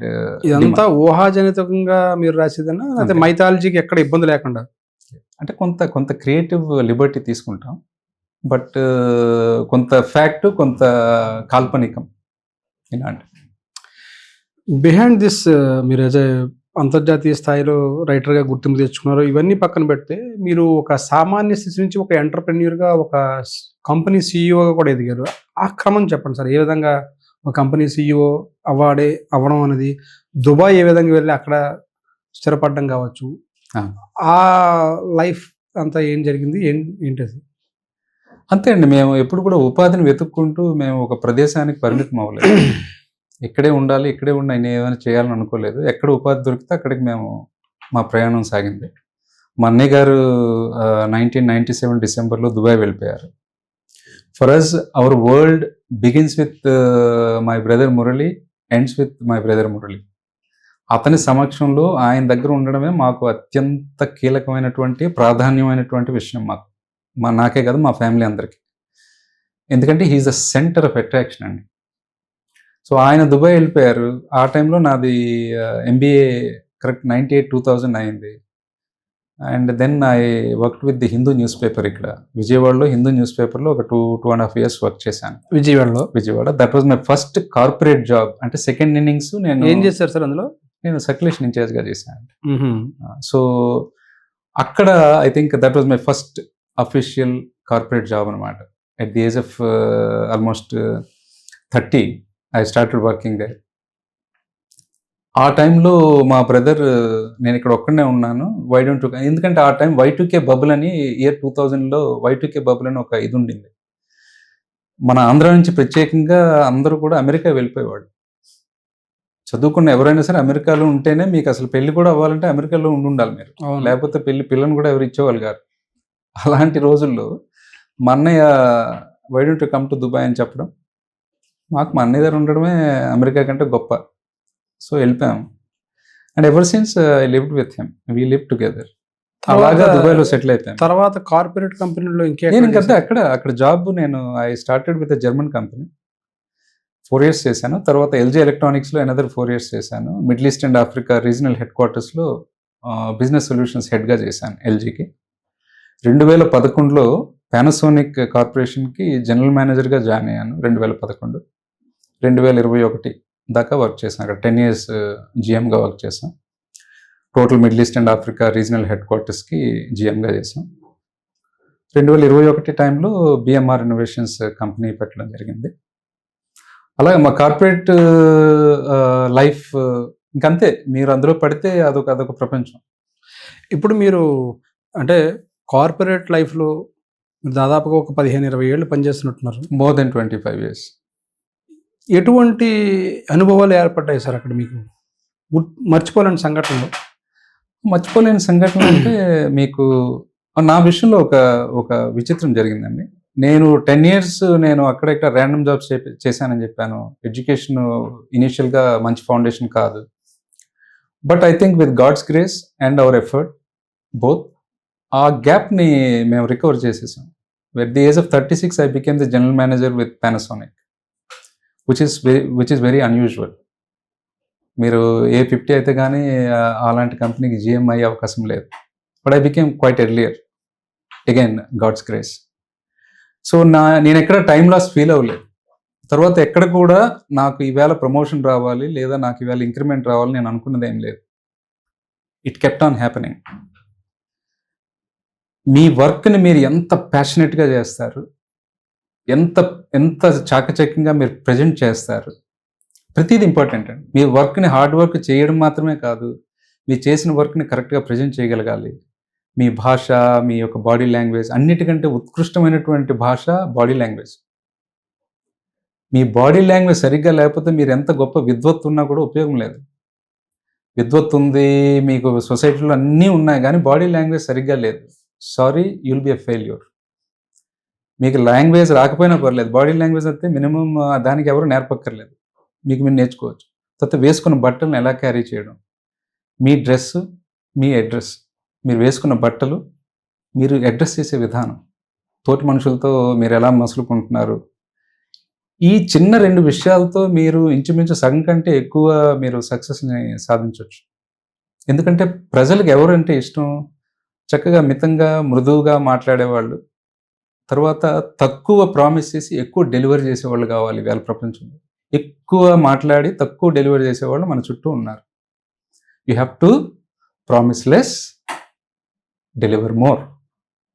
ఇది గనక మీ ఆయుధం అయితే, ఇది గనక మీ యొక్క జీవన విధానం అయితే, మీ జీవితంలో మీరు సాధించగలిగిన విజయాలు ఎవరు సాధించలేరు. Under promise, over deliver. అంటే అండర్ ప్రామిస్ అంటే మీరు చేయగలిగి కూడా అండర్ ప్రామిస్ చేయమని చెప్పట్లేదు. మీకు ఒక మినిమం కామన్ సెన్స్ ఉండాలి. ఏంటి? ఫర్ ఎగ్జాంపుల్, ఈవేళ మనం చేస్తున్నాం, కరెంటు పోవచ్చు అన్నది ఒక ఇంపార్టెంట్ ఎలిమెంట్. పోయే అవకాశం ఉంది, మన దగ్గర ఈవేళ జనరేటర్ లేదు. అది మనం మైండ్లో పెట్టుకోకుండా మనం ముందుకెళ్ళిపోయాం అనుకోండి, సడన్గా కరెంటు పోతే విల్ బికమ్ వెరీ డిస్ట్రాట్. అంటే మినిమం కామన్ సెన్స్ ఉండాలి. అంటే మనం ఈ నెలలో నేను ఇది చేస్తున్నాను, లేదంటే రేపు పలానా దగ్గర కలుద్దాం.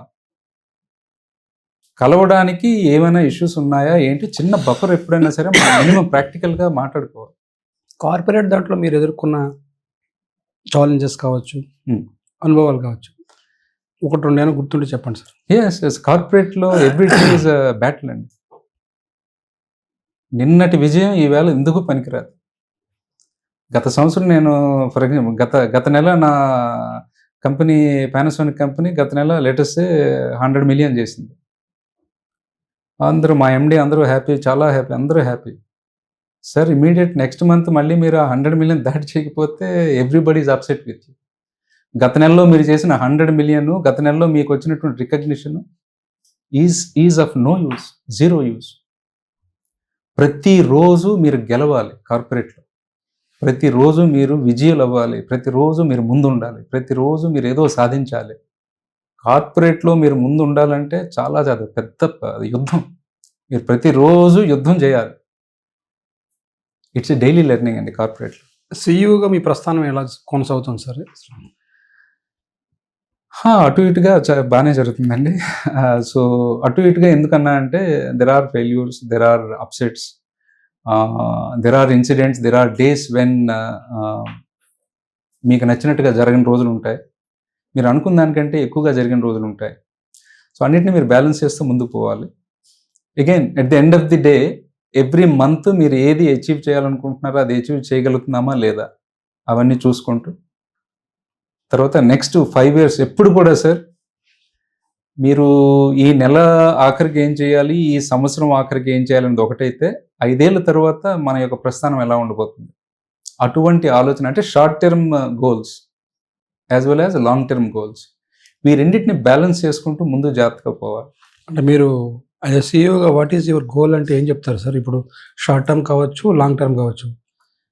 ఏం ఆలోచనతోటి మీరు కొత్తగా ఒక కంపెనీ స్టార్ట్ చేయడం కావచ్చు, Yeah. దాంట్లోంచి ఏ విధంగా ముందుకు వెళ్తూ long term and short term goals పెట్టుకున్నారంటే? Yes, we have to create lot of livelihood. యువత సాధికారతకు అవసరమైనటువంటి ఉపాధి అవకాశాలను కల్పించాలి. యాక్సెస్ టు నాలెడ్జ్ని ఇప్పుడు నాలెడ్జ్ పుస్తకం ద్వారా వచ్చే నాలెడ్జ్ ఒకటి, మీ పని ద్వారా వచ్చేటటువంటి నాలెడ్జ్ రెండవది. అంటే by practice you become wise, by study you become wise. ఆ రెండిటి మధ్య there is a bridge which is missing today. అయితే మిస్ అవుతుంది, లేదా ఆ బ్రిడ్జ్ చాలా పెద్దదిగా ఉంది. అంటే ఒక క్లాస్ రూమ్లో మీ విజ్ఞానానికి బయట ప్రపంచంలో అవసరమైనటువంటి విజ్ఞానానికి బోల్డంత గ్యాప్ ఉంది. ఆ అంతరాన్ని మీరు ఎంత తగ్గించగలిగితే క్లాస్ రూమ్లో ఉన్న అబ్బాయి కానీ అమ్మాయి కానీ తొందరగా రెడీ అయ్యి ప్రాక్టికల్ నాలెడ్జ్, ప్రాక్టికల్ గ్రౌండ్ మీద ఉన్నటువంటి సిచ్యువేషన్స్ని డీల్ చేయగలుగుతారు. మీరు అబ్జర్వ్ చేయండి, గోల్డ్ మెడలిస్ట్ కాలేజీలో పెద్ద మంచి జాబ్ ఏమీ ఉండదు ఈవేళ. అలాంటి వాళ్ళు చాలామంది ఉన్నారు, మనకు తెలిసిన వాళ్ళే ఉన్నారు. ఎందుకు? Class room knowledge is different, ground knowledge is different. ఆ రెండింటిని మీరు జాగ్రత్తగా ఆ బ్రిడ్జ్ మీరు బ్యాలెన్స్ చేసుకోగలగాలి, లేకపోతే ఇబ్బంది పడతారు. అంటే అందుకోసం మీరు చేస్తున్న, మీ కంపెనీ తరపు నుంచి చేస్తున్న ప్రయత్నాలు ఏమిటి? ఏ రాష్ట్రాలతోటి మీరు ఒప్పందాలు కుదుర్చుకున్నారు? మీరు నాకు తెలిసి తెలంగాణ రాష్ట్రం, ఆంధ్రప్రదేశ్ రాష్ట్రంలో కూడా పనిచేసినట్టున్నారు ప్రభుత్వాలతోటి. ఏ అంశాల మీద పనిచేశారు సార్? ఏంటి దాని గురించి కొంచెం డీటెయిల్గా చెప్తారా? ఇదే అండి, యాక్సెస్ టు నాలెడ్జ్ మీద వర్క్ చేసాం. యాక్సెస్ టు నాలెడ్జ్ అంటే ఇప్పుడు ఫర్ ఎగ్జాంపుల్ ఇంజనీరింగ్ చదువుకున్న విద్యార్థి విదేశాలకు పోయి చదువుకోవాలంటే వాళ్ళకి దగ్గర 40 నుంచి 50 లక్షల రూపాయలు లోన్స్ తీసుకొని ట్యూషన్ ఫీజు అక్కడ కట్టాలి. ట్యూషన్ ఫీజు, తర్వాత రెసిడెన్స్ ఫీజు కట్టాలి, హాస్టల్ ఫీజు. అది కట్టడానికి తల్లిదండ్రులు చాలా చాలా కష్టపడి పాపం వాళ్ళ ఉద్యోగం చేస్తే కనుక ఆ పేపర్స్ని పెట్టి, లేదా ఇల్లు ఉంటే ఆ ఇల్లు పేపర్స్ని పెట్టి బ్యాంక్ నుంచి లోన్స్ తీసుకుంటారు. ఆ యొక్క ఏరియాలో మేము సాఫ్ట్ లోన్స్ క్రియేట్ చేసి కొన్ని బ్యాంక్స్ని, కొన్ని కంపెనీలని అన్నిటిని కలిపి ఒక కన్సార్షియం క్రియేట్ చేసి ఒక 500 మంది నుంచి ఒక 1000 మంది స్టూడెంట్స్ ప్రతి సంవత్సరం వాళ్ళకి లోన్స్ని మేమే అరేంజ్ చేసి పంపించినట్టుగా గవర్నమెంట్ ఎష్యూరెన్స్తో. అటువంటి కార్యక్రమంలో we did work with previous government. కొన్ని కారణాల వల్ల చివరిలో ఎంఓయూ అయిన తర్వాత కూడా ముందుకు వెళ్ళలేదు. ఐ థింక్ ఎలక్షన్ హీట్ వల్ల. So is with KTR garu, we were all done. I think KTR గారి గవర్నమెంట్ కనుక వచ్చుంటే by now we would have sent at least 1000 students. అక్కడ మరి గవర్నమెంట్ రాలేదు. సో అందుకనే పెస్టల్ అని political, economical, social, legal, technological ఇలాంటి బోల్డ్ అన్ని అంశాలు ఉంటాయి. మనం చేసే ప్రతి పనికి ఇన్ని అంశాల తాలూకా ఇంపాక్ట్ ఉంటుందండి. అందుకే స్టేబుల్ పాలిటిక్స్ ఉండాలి, స్టేబుల్ లీడర్షిప్ ఉండాలి. మన భారతదేశం ఫర్ ఎగ్జాంపుల్ రేటింగ్ ఉండాలి, మంచి రేటింగ్ ఉండాలంటే first of all political stability కనపడాలి. మార్కెట్కి మీరు ఒక సిగ్నల్ చేయాలి, ఏంటి? We have a strong stable political system. ఒక లీడర్ ఉన్నారు. అదే మైనారిటీ గవర్నమెంట్ ఉంటే మీకు క్రెడిట్ రేటింగ్ ఎక్కువ ఇవ్వరు, ఎందుకంటే మైనారిటీ గవర్నమెంట్ ఎప్పుడైనా పడిపోవచ్చు. అంటే మీ పాలసీ మేకింగ్ లెజిస్లేషన్లోని ముందుకు వచ్చి అది చట్టంగా మారాలంటే మీకు స్ట్రాంగ్ గవర్నమెంట్ కావాలి. సో మార్కెట్ ఎకానమీ ఎప్పుడు కూడా ఇవన్నీ అబ్జర్వ్ చేస్తుంది. అందుకే ఇప్పుడు for example India taluka rating గత 15 ఏళ్లలో చూసుకుంటే కనుక ఇప్పుడు బెస్ట్ రేటింగ్. మూడీస్ రేటింగ్ కానీ, తర్వాత స్టాండర్డ్ అండ్ పూర్ రేటింగ్ కానీ, now India is on better rating ఉంటే మీకు లోన్స్ తక్కువ ఇంట్రెస్ట్కి ప్రపంచ బ్యాంక్ నుంచి కానీ అలాంటి వాటిలో తక్కువ రేట్ ఆఫ్ ఇంట్రెస్ట్కి మీకు లోన్స్ వస్తాయి. తర్వాత మీకు కొన్ని ఫెసిలిటీస్, కొన్ని తక్కువ ఖర్చుతో ఫెసిలిటీస్ వస్తాయి. మీ రేటింగ్ బాగోకపోతే అవన్నీ ఎక్కువ అయిపోతాయి, గవర్నమెంట్ ఎఫర్ట్ చేయలేదు. So everything is linked. అందుకే పొలిటికల్ స్టెబిలిటీ ఉండాలి, స్టేట్లో కానీ సెంటర్లో కానీ. ఫర్ ఎగ్జాంపుల్ స్టేట్లో ఒక కంపెనీ వచ్చి మీ దగ్గర ఏదో పెడతానంది ఈవేళ, వచ్చే గవర్నమెంట్ వచ్చి మా గవర్నమెంట్లు మేము ఒప్పుకోలేదు కదా అని తీసేసాం అనుకోండి వాళ్ళు, ఇంకా అక్కడి నుంచి ఇన్వెస్టర్ రావడం మానేస్తారు మన స్టేట్కి. సో ఇలాంటివన్నిటిని మనం సార్ట్అవుట్ చేయాలి. ఆ స్టెబిలిటీని, legal stability, technological stability, economical stability, ఇవన్నీ కూడా మనం it is the duty of the government.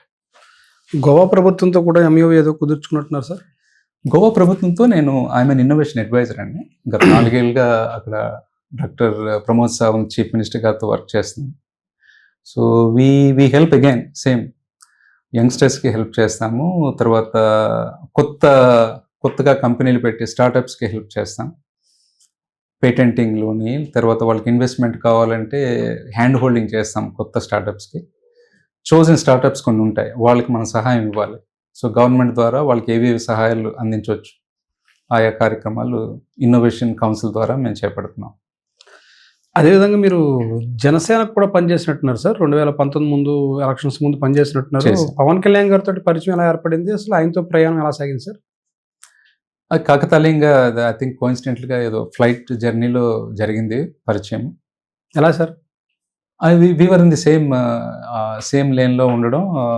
I think 45 minutes, 1 hour I think we're together on the same flight.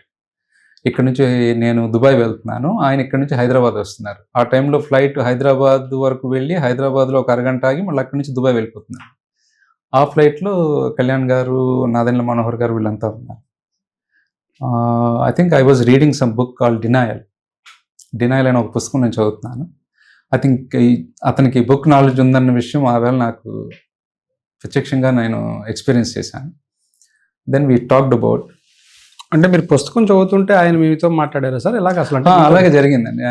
పుస్తకం గురించి ఇన్ అండ్ అరౌండ్ పుస్తకం ద్వారా, ఎందుకంటే నేను అతను పలకరించలేదు, ఆయన కూడా బిజీగా ఉన్నారు. ఆయన ఐ థింక్ 2018 అక్టోబర్ ఎప్పుడో, సెప్టెంబర్ ఆర్ అక్టోబర్ గుర్తులేదు సరిగ్గా, 2018 అండి. But somehow I think we connected. Nadendla Manohar గారు, I think he just manage to make both of us talk. అని మాట్లాడిన తర్వాత I was very surprised. His knowledge was something very different. అంటే బయటకి అతనికి ఉన్నటువంటి ఇమేజ్కి ఆయనకున్న నాలెడ్జ్కి కంప్లీట్లీ డిఫరెంట్ అంతరం, అంటే చాలా పెద్ద అంతరం ఉంది. నేను ఇన్ఫ్యాక్ట్ చెప్పాను ఆయనకి, మీకు బయట ఉన్న ఇమేజ్కి మీకున్న నాలెడ్జ్కి సింక్ అవ్వట్లేదు అని. ఆయన నవ్వి అలా అంటారా అన్నారు. Then he said we should meet again అన్నారు. నేను సీరియస్గా తీసుకోలేదు, నంబర్ షేర్ చేయలేదు. బికాజ్ ఇది కామన్ కదా, మనం కలిసినప్పుడు మర్యాదపూర్వకంగా ఏదో అంటాం, అది నిజం కాకపోవచ్చు. సో నేను మీకు చెప్పినట్టుగా ప్రామిస్లో డెలివర్ మోర్ మా కాన్సెప్ట్. సో ఏది కూడా ఎక్కువగా తీసుకోం, ఓకే, ఎక్కువగా ఎక్సైట్ అవ్వకూడదు మనం దీంట్లో. Then we thought yes sir, we should meet. But I think subsequently I got a message కలవమని చెప్పి. దెన్ మంగళగిరి. ఎలా అంటే మీ నెంబర్ వాళ్ళు తెలుసుకుని మీకు మెసేజ్ పెట్టారు సార్? తెలియని పెద్ద విషయం. మనోహర్ గారి దగ్గర నా నెంబర్ ఉంది. మనోహర్ గారితో కమ్యూనికేషన్లో I was asked to come to Mangalagiri. So Mangalagiri వెళ్ళి నవంబర్లో ఎప్పుడు కలిశాను సార్ అతను. కలిసినప్పుడు చాలా వెరీ నాటకీయంగా జరిగింది మా కాన్వర్జేషన్, ఫస్ట్ కాన్వర్జేషన్ అఫీషియల్గా. ఆ టైంలో ఆయన అడిగారు, what can I do for you అని అడిగారు. నేను ఎప్పుడు ఇది మెన్షన్ చేస్తాను. నేను చెప్పాను, దేవుడి దయ వల్ల నాకెవరు చేసే అవసరం లేదండి. In fact I came to see what I can do for you అని నేను అన్నాను.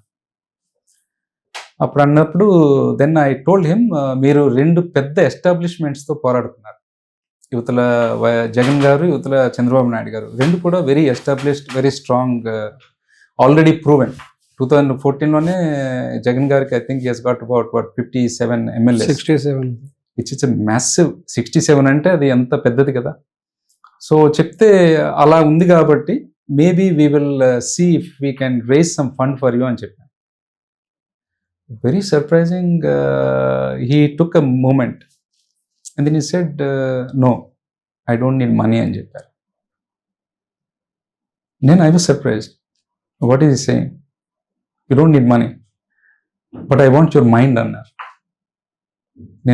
మీరు ఇచ్చిన బుక్ నేను చదివాను. I like the book. మీ థాట్ ప్రాసెస్ బాగుంది. Can you be part of our think tank అని అడిగారు. ఈవినింగ్ ఏం చేస్తున్నారని అడగడం, మళ్ళీ ఈవినింగ్ అతన్ని అదే రోజు ఈవినింగ్ దగ్గర 2-3 అవర్స్ కలవడం 1-to-1. అప్పుడు ఆయన రిక్వెస్ట్ చేశారు, రండి మీరు థింక్ ట్యాంక్లో జాయిన్ అవ్వండి, రేపు మార్నింగ్ నేను ప్రెస్ నోట్ ఇస్తాను. ఆ క్షణంలో నేను ఆ నిర్ణయం తీసుకునే పొజిషన్లో లేను. అప్పటికి నేను పానాసోనిక్ జనరల్ మేనేజర్గా నేను పొజిషన్లో ఉన్నాను. ప్రైవేట్ కంపెనీ, ఎంత లేదన్నా నేను కొంత చూసుకోవాలి కదా. సో నేను అతన్ని టైం అడగడం, ఇంకా అదే తదనంతరం అలా మొత్తానికి 2-3 టైమ్స్ మళ్ళీ కలవడం, కలిసిన తర్వాత I think finally I was inducted as think tank అడ్వైజర్గా. ఎన్నేళ్ళు ప్రయాణం చేశారు సార్ ఆయనతో? దగ్గర ఒక 1.5 to 2 years అండి. అని ఎలక్షన్స్ ముందు ఒక 6 months, ఎలక్షన్ తర్వాత almost 1 year I was associated. 1 year నుంచి మీరు బాగా దగ్గరగా చూశారు ఆయనతో? ఎస్. దగ్గర ప్రయాణం చేశారు. పవన్ కళ్యాణ్లో ఉన్న పాజిటివ్ లక్షణాలు ఏం గుర్తించారు సార్? ఏం చెప్తారు మీరు పవన్ కళ్యాణ్ గురించి చెప్పాలంటే? అంటే ఎవరైనా బాధలో ఉంటే స్పందించే గుణం, this is the first and foremost. నా దృష్టిలో సార్, మీరు హెల్ప్ చేయడం ఇంపార్టెంట్ కాదు. హెల్ప్ ఏముంది, మీ దగ్గర 10 రూపాయలు ఉంటే మేబీ రూపాయి హెల్ప్ చేస్తారు. అది నా దృష్టిలో, అంటే నా పర్సనల్ నా దృక్కోణం. ఇంటెన్షన్ ఉండాలండి ఫస్ట్. మనసులో ఆ బాధ, చూడండి అరే అన్నటువంటి ఒక బాధ, సాయం చేయాలన్నటువంటి ఒక ఆలోచన, అది ఉంటే సరిపోతుందండి ఒక మనిషిలో. ఎందుకంటే that will lead you to do something. In the end మీరు చేశారా, మీరు పూర్తిగా ఇప్పుడు ఒక అతను మీ దగ్గరికి జాబ్ చూడమని చెప్పి మీ దగ్గరికి ఒక అతను వచ్చారు, సరే నేను ట్రై చేస్తాను అన్నారు. మీకు తెలిసిన వాళ్ళకి ఈ అబ్బాయి CV ఇచ్చారు, ట్రై చేశారు, కానీ జాబ్ రాలేదు అబ్బాయికి. 6 months మీకు పాపం మ్యాక్సిమం మీరు ట్రై చేశారు, జాబ్ రాలేదు. ఇప్పుడు ఆ అబ్బాయి మీ గురించి ఏమనుకోవాలి? వినాయక్ గారిని నేను అడిగాను, ఆయన నాకు అవకాశం క్రియేట్ చేయలేదు, చేయగలిగి ఉండి జర్నలిస్ట్ అయ్యి ఉండి కూడా నాకు సాయం చేయలేదు అని ఆ అబ్బాయి అనుకోవచ్చా లేదా? కానీ మీ తరపు నుంచి స్టోరీ ఏంటి? మీరు యాక్చువల్గా పాపం ట్రై చేశారు, కానీ పరిస్థితుల ప్రభావం వల్ల అతనికి సరిపడా జాబ్ మనం క్రియేట్ చేయలేకపోయాం. ఇంతేనండి, నేను ఇదేం చెప్పాలనుకుంటున్నాను. సక్సెస్ ఎండ్ పాయింట్ ఇంపార్టెంట్ కాదు, మీరు చేయాలని అనుకోవడమే important. I think Pavan Kalyan has that soft mind. అతను పేద ప్రజలకి, కష్టంలో ఉన్నవాడికి ఖచ్చితంగా మనం ఏదైనా చెయ్యాలి అనేటటువంటి ఆర్ద్రత, ఆ తడి, ఆ తపన మెండుగా ఉన్నాయండి ఆయనలో. I have observed that. చాలాసార్లు కాన్వర్జేషన్ జరుగుతుంటుంది కదా, మీరు 1-to-1లో మాట్లాడి ఉండొచ్చు చాలాసార్లు. ఏమి అంటే ఎక్కువగా ఆయన దగ్గర నుంచి ఏం వచ్చేస్తారు అసలు? ఎటువంటి విషయాలు మీ దగ్గరికి వచ్చేవి? ఎటువంటి డిస్కషన్స్ నడిచేవి మీ ఇద్దరి మధ్య ఎక్కువ? లీడర్షిప్ అండి. There was no other discussion. We always talked about leadership. We always talked about how to develop lower cadre-ని. ఇప్పుడు ప్రతి వాళ్ళు ఏంటి, లీడరు క్యాడరు 2 విడిపోతున్నారు. లీడర్ ఎప్పుడు అవ్వాలి అంటే, ఈ లీడర్ అయిపోతేనే అప్పుడు క్యాడర్లోంచి ఒక లీడర్ అవ్వాలా? లీడర్ ఉంటుండగానే ఆ క్యాడర్ని లీడర్గా మనం తయారు చేయగలగాలి. So he always, I think our conversation was always centered around how to develop people, how to develop people's knowledge, how to develop people's ability to create opportunities for themselves. స్వయం సాధికారత, స్వయం ప్రతిపత్తి, మనకు మనం ఎలా మలుచుకోవాలి, బాగా ఎలా మాట్లాడాలి, ఈ లీడర్షిప్ ఏరియాలోనే డిస్కషన్ అంతా ఎప్పుడు కూడా. చాలా ఆవేశంగా మాట్లాడేవారు కదా సార్, స్పీచెస్ అనే ఆవేశంగా ఉండేవి పవన్ కళ్యాణ్వి. అదే అతని స్టైల్ అండి. అది చాలా ఇప్పుడు కేసీఆర్ గారు మీరు మామూలుగా మాట్లాడితే చాలా బాగుంటుంది ఆయన లాంగ్వేజ్, ఆయన విధానం, ఆయన బాడీ లాంగ్వేజ్. స్టేజ్ ఇచ్చారంటే KCR will be different. KCR every person, even mister Jagan, mister Chandrababu Naidu, mister Pavan Kalyan, you name it, any leader, every leader has their own style of expressing. అది వాళ్ళ సిగ్నేచర్ అండి. If people think Pavan Kalyan ఆవేశపూరితంగా మాట్లాడితేనే అది అతని సిగ్నేచర్ అంతే. అది అతను అలా మాట్లాడితేనే I think people will like it. అతను వెళ్ళి ఆయన సాధు స్వభావంలో మాట్లాడితే I think no one will care about his words. Similarly KCR గారు వెళ్ళి చాలా మంచిగా చక్కగా మన తెలుగు మాట్లాడితే I'm sure his 3rd or 4th speech will be a dud. కేసీఆర్లో మాట్లాడాలి, అదే వాళ్ళ ఉనికి, అది వాళ్ళ ప్రత్యేకత. సో పవన్ కళ్యాణ్ గారు ఆవేశంగా మాట్లాడతారనేది I think it's a very cautious approach as a body language expert. What I see in Pavan Kalyan that is his signature. People love that. Ajay, మీరు థింక్ ట్యాంక్ దానికి సంబంధించి అడ్వైజర్గా పనిచేసిన సందర్భంలో కానీ పార్టీకి సంబంధించి కార్యకర్తలను మోటివేట్ చేయడం, మోటివేషనల్ స్పీకర్గా లేదా మెంటార్గా అటువంటి కాన్సెప్ట్స్ అయినా ఉండేది సార్ పార్టీలో, లేకపోతే అలా ఉండేది అసలు? ఉండేదండి. బట్ ఎలక్షన్స్లో ఏమైందంటే, ఫర్ ఎగ్జాంపుల్ ఇక్కడ గాజువాకలో చాలా మందికి తెలియదు, మేము బూత్ ఏజెంట్స్ ఉంటారు కదా, వాళ్ళు ట్రైన్ కూడా చేసాం. I was one of the trainers. అది మన సబ్జెక్ట్ కాదు. బూత్ మేనేజ్మెంట్ మన సబ్జెక్ట్ కాదు. బూత్ మేనేజ్ చేసేటటువంటి ఏజెంట్స్ని ట్రైన్ చేయడం అంటే అది ఎంత డిఫరెంట్ పని. బట్ ఆ రోజు అదే అంటున్నాను, ఒక లీడర్షిప్ ఎప్పుడు కూడా డైనమిక్గా ఉంటుంది. మీరు పలానా ఈ ఫ్రేమ్లోనే మీరు పనిచేయాలంటే డైనమిక్గా జరగదు. అది క్లాస్ రూమ్లో జరుగుతుంది. మీరు బయటకు వెళ్ళిన తర్వాత you may be asked anything. ఈవేళ చార్టెడ్ అకౌంటెంట్ పెద్ద మినిస్టర్గా అవుతున్నాడు, ఏమీ చదువుకునేవాడు చీఫ్ మినిస్టర్ అవుతున్నాడు. సో మీరు చదివే చదువుకి మీరు బయట చేయాల్సిన పనికి there is a big gap అండి. సో ఎప్పుడు కూడా మనల్ని మనం ఫ్రేమ్ చేసుకోవాల్సిన పని లేదు. So when I started working for Janasena, specially during the election, we have trained booth agents అండి. ఎంతమంది ట్రైన్ చేద్దాం, నాకు తెలిసి ఒక 1500-1600 పీపుల్ ట్రైన్ చేశాం. నేను శ్రీనివాస్ గారు అని బెంగళూరు నుంచి ఒక అతను వచ్చారు. మా ఇద్దరం కలిపి 1600 పీపుల్ మేము ట్రైన్ చేసామండి. మాకేం తెలియదు. మేము కూడా అది నేర్చుకొని ముందు రోజు నేర్చుకోవడం, పక్క రోజు వెళ్ళి వాళ్ళకి చెప్పడం. ఇప్పుడు 2019లో జనసేన ఓడిపోయింది సార్. కరెక్ట్, ఘోరంగా ఓటింది ఇండివిజువల్గా వెళ్ళేటప్పటికి. 2024లో 100% స్ట్రైక్ రేట్ అన్నారు. ఎలా అనిపించింది సార్ 19 తర్వాత చూసిన తర్వాత? మళ్ళీ జనసేన కోలుకుంటుంది, 24లో పవన్ కళ్యాణ్ గారు సాధించగలుగుతారని అనిపించింది మీకు అందరికీ? ఇంత క్లారిటీ ఎప్పుడు ఎవరికి ఉండదు, ఇంక్లూడింగ్ పవన్ కళ్యాణ్ గారికి కూడా ఇంత క్లారిటీ ఉండదు. అంటే పడిన తర్వాత మళ్ళీ లేవగలుగుతాము అని అనిపించింది సార్? అది ఆయన మెంటాలిటీ. ఒక విషయం నేను అబ్జర్వ్ చేశాను, ఆయన అంటే లోపల ప్రతి వ్యక్తి, ఇప్పుడు ఆగస్టులో అతను కలిశాను, ఓడిపోయిన తర్వాత ఆగస్టులో అతను నేను దగ్గర 2-3 hours I spend time with him in Jubilee Hills office. He was very upset. ఓడిపోయినందుకు అతను చూడండి ఎంత చేసాం, మనల్ని ఓడగొట్టారనేటువంటి ఒక రిజెంట్మెంట్ అయితే కనబడింది. కానీ అసలు ఆగస్టులో అక్కడ ఆఫీస్ మెయింటైన్ చేయడానికి మీకు ఎంత గట్స్ కావాలి? ఓడిపోయారు, ఇప్పుడే ఓడిపోయారు, మొన్న ఓడిపోయారు, జూన్లో ఓడిపోయారు. ఆగస్టులో he still meeting people, he still discussing about politics. మీకు అర్థమవుతుంది కదా? అది చాలా చాలా. ఇంకొకరు అయితే షాప్ క్లోజ్ చేసి ఒక సంవత్సరం వరకు కనపడరండి. స్విట్జర్లాండ్ ఎడో వెళ్ళిపోయి ఆయనకున్న సిచ్యువేషన్కి అతను డెలికేట్ వీక్ అని అనుకుంటారు మైండ్. బట్ ప్రత్యక్షంగా చూసిన దీంట్లో ఏంటంటే ఈజ్ వెరీ స్ట్రాంగ్. అతన్ని కార్నర్ చేస్తే అతను మరింత పవర్ఫుల్ అయిపోతాడు. అది అతని కెపాసిటీ. ప్రతి లీడర్, ఇప్పుడు మీరు జగన్ గారిని తీసుకున్నా, చంద్రబాబు నాయుడు గారిని తీసుకున్నా, ప్రతి ఒక్కరి దగ్గర ఒక సొసైటీలో నేర్చుకోవడానికి బోలెడంత ఉంది. But unfortunately everybody is very busy in picking up what is not right. ఒక మంచి లీడర్ ఎప్పుడు కూడా సార్ వాట్ ఈజ్ గుడ్ అని తీసుకొని అక్కడి నుంచి బిల్డ్ చేసి మీరు ముందుకు పోవాలి. మీకు అసలు నెగిటివ్ నాన్ సెన్స్లో మీరు you should not waste not a single minute. It is waste of time. గత ప్రభుత్వంతో కూడా మీరు, అంటే వైఎస్ఆర్సీపీ ప్రభుత్వంతో కూడా ఎంఐయు కుదుర్చుకోవడం ఏదో చేసినట్టున్నారు ఎడ్యుకేషన్ దాంట్లో.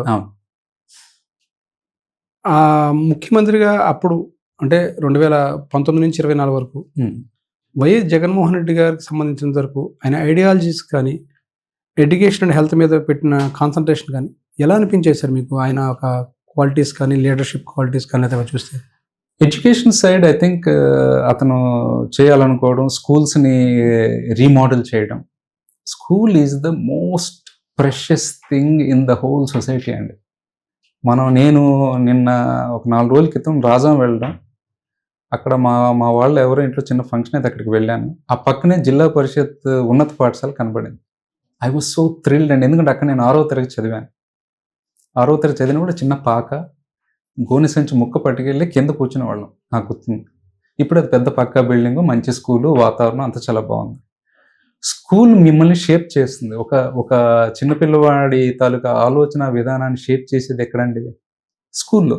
మంచి టీచర్స్, ఆ స్కూల్ వాతావరణం మిమ్మల్ని షేప్ చేస్తుంది. అలాంటి స్కూల్ని రీమోడల్ చేసి, అలాంటి స్కూల్లో ఏదైనా మనం కొత్త విద్యా విధానాన్నో లేకపోతే పిల్లలకి ఆ యొక్క ఏమంటారు వాటిని ఫెసిలిటీస్ని క్రియేట్ చేయడము, వాళ్ళు చదువుకోవడానికి వీలుగా ఉండేటటువంటి ఏ చిన్న కార్యక్రమం అయినా I think we should appreciate in that part. మిగిలినవి నేను పెద్దగా నేను ఫోకస్ చేయలేదు, but I think he has paid some attention to the education sector and that's what I felt and we should appreciate him for that. Chandrababu Naidu గారిని చూసిన తర్వాత ఏమనిపించింది sir మీకు? ఇప్పుడు 3 decades 4 decades లో మీరు చూసుంటారు, ఆయన 4 సార్లు ముఖ్యమంత్రి చేశారు. ఆయన ఎప్పుడైనా కలిసారా సార్ చంద్రబాబు నాయుడు గారు? కలిసే అవకాశం వచ్చిందా? ట్విట్టర్లో some conversation, small conversation, but we don't need to meet him. You know చాలా మంది అంటారు మహాత్మా గాంధీని మనం కలవక్కర్లేదు, బిల్ గేట్స్ని కలవక్కర్లేదు. There are some names, by name itself you get inspired అండి. మనం వాళ్ళని కలవక్కర్లేదు, చూడక్కర్లేదు. అబ్రహం లింకన్ ఎప్పుడండి ఫౌండింగ్ ప్రెసిడెంట్ ఆఫ్ యుఎస్, మనం అసలు అంటే founding fathers, one of the founding fathers, మనం వాళ్ళని కలవాల్సిన పని లేదు. There are name Nikola Tesla, the scientist, Albert Einstein. ఎప్పుడు వారండి Albert Einstein? The name itself inspires ఏమో. సో చంద్రబాబు నాయుడు గారు ఓవరాల్ కన్సల్టేట్ చేస్తే కనుక I think is a visionary.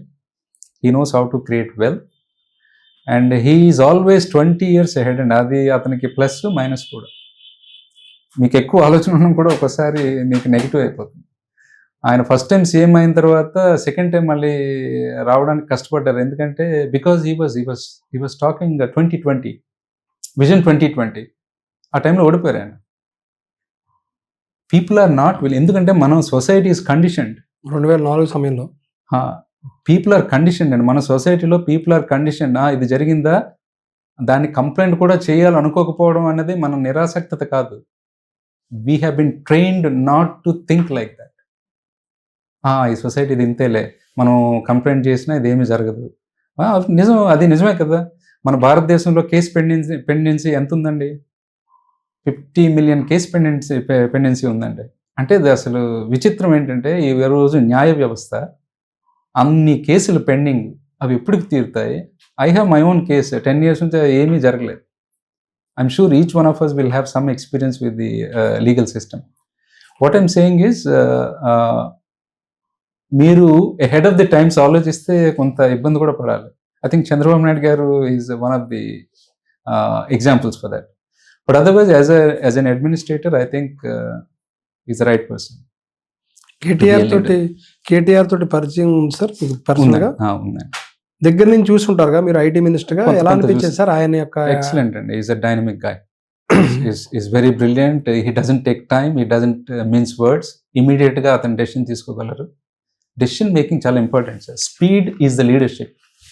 Me leadership ఏంటంటే స్పీడ్ ఉండాలి సార్. లీడర్షిప్లో స్పీడ్ లేకపోతే చాలా ప్రాబ్లం. డెసిషన్స్ ఎందుకు ఇప్పుడు United Arab Emirates, Dubai, United Arab Emirates as a country, why is it moving so fast? Decision making డిసైసివ్గా ఉంటుంది. వాడి డెసిషన్ ఇవాళ తీసుకుంటే రేపటి నుంచి అమలు అయిపోవాలి. అలాంటివి గమనించారా కేటీఆర్లో మీరు? Very much is a very good administrator, మంచి వక్త, and he's very quick. And అతనికి కాంటెంపరీ టెక్నాలజీతో కొంత పరిచయం ఉంది. And he doesn't waste time. Try చేస్తాము, అయితే ముందుకెళ్తుంది, పనికి వస్తుంది స్టేట్కి, లేదంటే లేదు. So no mincing words. That is a good thing I observed in him. మీకు ప్రధానమంత్రి మోదీ గారి దగ్గర నుంచి ప్రశంస లభించిందంట సార్. ఎలా కనిపించింది అప్పుడు ఆ సమయంలో? ఎందుకోసం ఆయన దృష్టిలోకి వెళ్ళేంత ఎందుకు అంటే ఎలా జరిగింది అసలు? అది ఆయన దృష్టికి వెళ్ళేంతగా ఎలా జరిగింది అసలు? అగైన్ సార్ మన చేతిలో ఏం లేదు, అది జరిగింది. But it was a very special moment. ఎప్పుడు సార్ అది? 2022 సెప్టెంబర్ 18 కానీ 19 అనుకుంటా నాకు ఎంబసీ నుంచి కాల్ వచ్చింది. That I received an email and cover from prime ministers office. September 17 ప్రధాని మోడీ గారి బర్త్డే రోజు ఆయన సంతకం చేసి పంపించినటువంటి లెటర్ అన్నమాట. మన బుక్స్ చదివానని చెప్పారు అందులో. తర్వాత యువత సాధికారతకు నేను చేస్తున్నటువంటి ప్రయత్నాన్ని ఆయన అభినందించారు. ఆయన కూడా మన యువత సాధికారత కోసం చేస్తున్నటువంటి సంక్షేమ పథకాలు, వారి ఆంటర్ప్రెన్యూరల్ స్టార్టప్స్కి ఆయన ఇస్తున్నటువంటి చేయూత, వాటన్నిటి గురించి ఎక్స్ప్లెయిన్ చేస్తూ he said you will be very happy to know that I am also doing this for our country's youth అని చెప్పడం. చాలా పెద్ద లేఖ అది 2022లో అది వచ్చిందండి. ఎలా అనిపించింది సార్ ఆ లెటర్ రావడం? ఇన్ని వెరీ స్పెషల్ అండి. మోడీ గారికి మనం ఒక 140 కోట్ల మన 1.4 billion people. If he has chosen somebody, I think we're lucky. But for me the life came as a circle అండి. 1994 ఒక ప్రధానమంత్రికి నేను సర్వ్ చేయడం, సిట్టింగ్ ప్రైమ్ మినిస్టర్. 2022లో ఒక సిట్టింగ్ ప్రైమ్ మినిస్టర్ మనల్ని మన వర్క్ని అప్రిషియేట్ చేస్తూ ప్రశంసా పత్రం పంపడం. 28 ఇయర్స్ ఆఫ్ ఆ life. I think I felt okay, మనం చేస్తున్న పనికి ఒక గుర్తింపు లభించింది. అంతే. దాని అర్థం ఏంటంటే ఇక్కడ నుంచి మనం చాలా జాగ్రత్తగా ఉండాలి, ఇంకా పెద్ద పనులు చేయాలి. కలిసారు ఎప్పుడైనా ప్రధానమంత్రి మోదీ గారు? లేదండి, నా వెరీ అన్ఫార్చునేట్. నా మీటింగ్ ఫిక్స్ అయిన మీటింగ్ని ఒక విచిత్రంగా నాకు నేనే తప్పించుకున్నాను. అంటే ఏం జరిగింది సార్ అప్పుడు? ఎప్పుడు అది జరిగింది? అది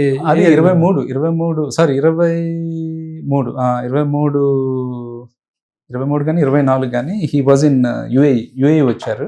ప్రశంసా పత్రం ఇచ్చిన తర్వాత అందుకనే నా పేరు సెలెక్ట్ చేశారు. ఆయన కలిసేటటువంటి 70 మంది వ్యక్తుల్లో నేను ఒకడిని. ఎక్కడ సార్ అది? దుబాయ్లో, దుబాయ్ అబుదాబిలో. అతన్ని కలిసేది అంతా రెడీ అయిపోయింది. నేను ఇక్కడ ఇండియాలో ఉంటే ఇండియా నుంచి నేను వెళ్ళిపోయాను కూడా ఆ రోజు కోసం. ఫిబ్రవరి 13 అండి. ఫిబ్రవరి 13 ఈవినింగ్ 5 గంటలకు నేను కలవాలి. 2023 సార్? 2024 అనుకుంటున్నాను. లాస్ట్ ఇయర్ 2024 అంటే last year. So SPG check, background check దగ్గర 2 months బ్యాక్గ్రౌండ్ చెక్స్ అన్నీ అవుతాయి. ఫుల్ ప్రోటోకాల్ ఉంటుందండి. అంతా అయిపోయింది.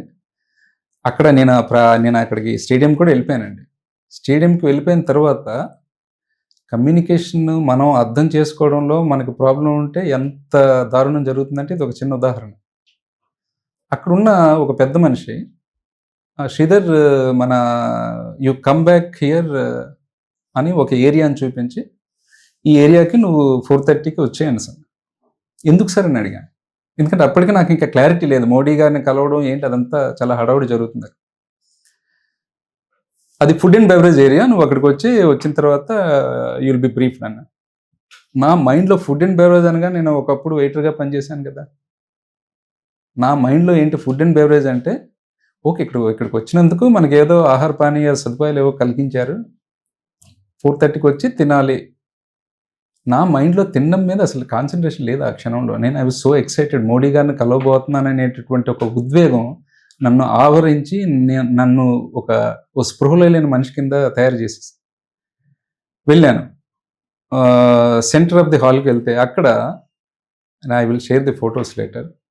ఒక చైర్, అంటే golden chairs, gold, platinum, diamond, నన్ను ఎవరో తీసుకెళ్లారు, డైమండ్ ఏరియాకి తీసుకెళ్లారు.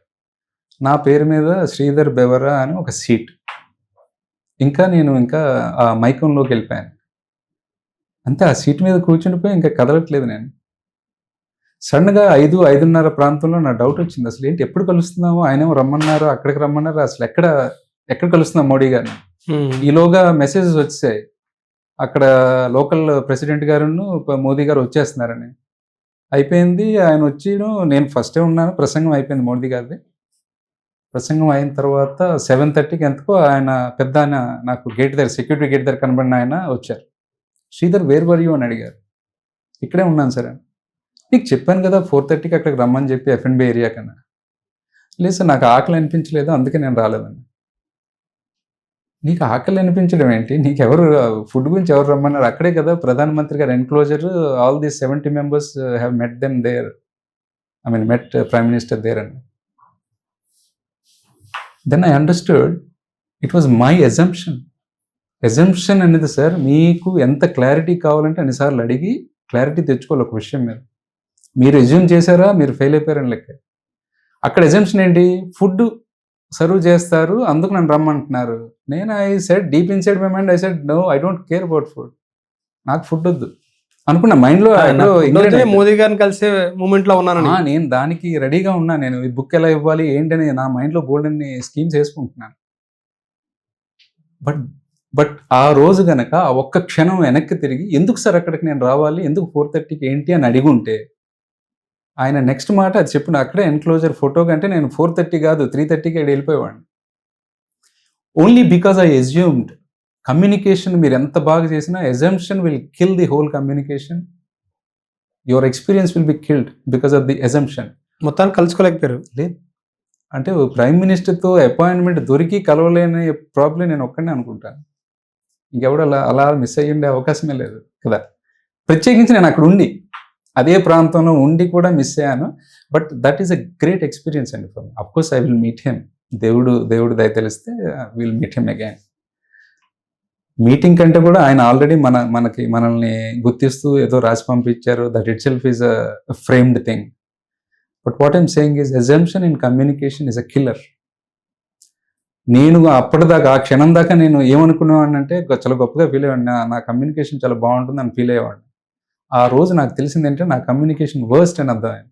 అంతే కదా. సో ఏది కూడా ఏ రోజు కూడా మనం ఫుల్ స్టాప్ పెట్టడానికి వీల్లేదు సార్ లైఫ్లో. నాకు ఇది వచ్చని కానీ, నేను ఇది చేయగలను కానీ, ఇది చేయలేనని కానీ, there is no full stop. Only commas sir. ఎందుకంటే you have to reinvent yourself. ఆ నైట్ మీరు మిమ్మల్ని కొత్తగా ఆవిష్కరించుకోవాలి. ఆవిష్కరించుకొని తెల్లవారు మళ్ళీ కొత్త యుద్ధం మొదలు పెట్టాలి. కార్పొరేట్లో అయినా జీవితంలో అయినా ప్రతిరోజు యుద్ధం చేయాలి. చేయలేకపోతే మీరు వెనక పడిపోతారు. యుద్ధం చేస్తూ ముందు పోవాలి. చిరంజీవి గారిని ఎలా కలిశారు సార్? ఆయన గొప్పవారు పిలిపించారు. అంటే మీ గురించి తెలుసుకుని చిరంజీవి గారు పిలిపించారు సార్? ఎలాగ ఆయనకి ఎలా తెలిసింది అసలు? ఐ థింక్ ఒక జర్నలిస్ట్ గారు, విక్రమ్ పూలా గారు అని ఒక జర్నలిస్ట్, ఆయన నన్ను పరిచయం చేశాను అంటున్నారు. ఆయనకి పరిచయం చేస్తే నన్ను ఫస్ట్ దసరాకి 2021 దసరాకి పిలిపించారు నన్ను వాళ్ళ ఇంటికి రమ్మని. ఆ టైంలో మా ఇంట్లో వాళ్ళు నాకు కండిషన్ పెట్టారు, తీసుకెళ్తే అందరినీ తీసుకెళ్ళు, లేదంటే నువ్వు వెళ్ళాక వీల్లేదని.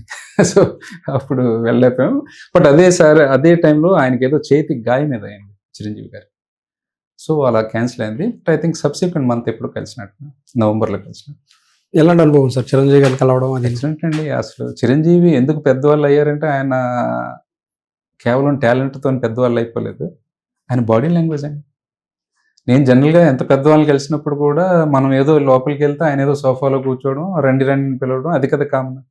ఆయన చిరంజీవి అంతటి గొప్ప ఆయన. నేను ఇలా తలుపు తీయగానే తలుపు దగ్గర నిల్చొని ఉన్నారు. ఈ was about to come out to invite me inside. Chiranjeevi నేను అదే ఫస్ట్ టైం చూడడం ఆయన.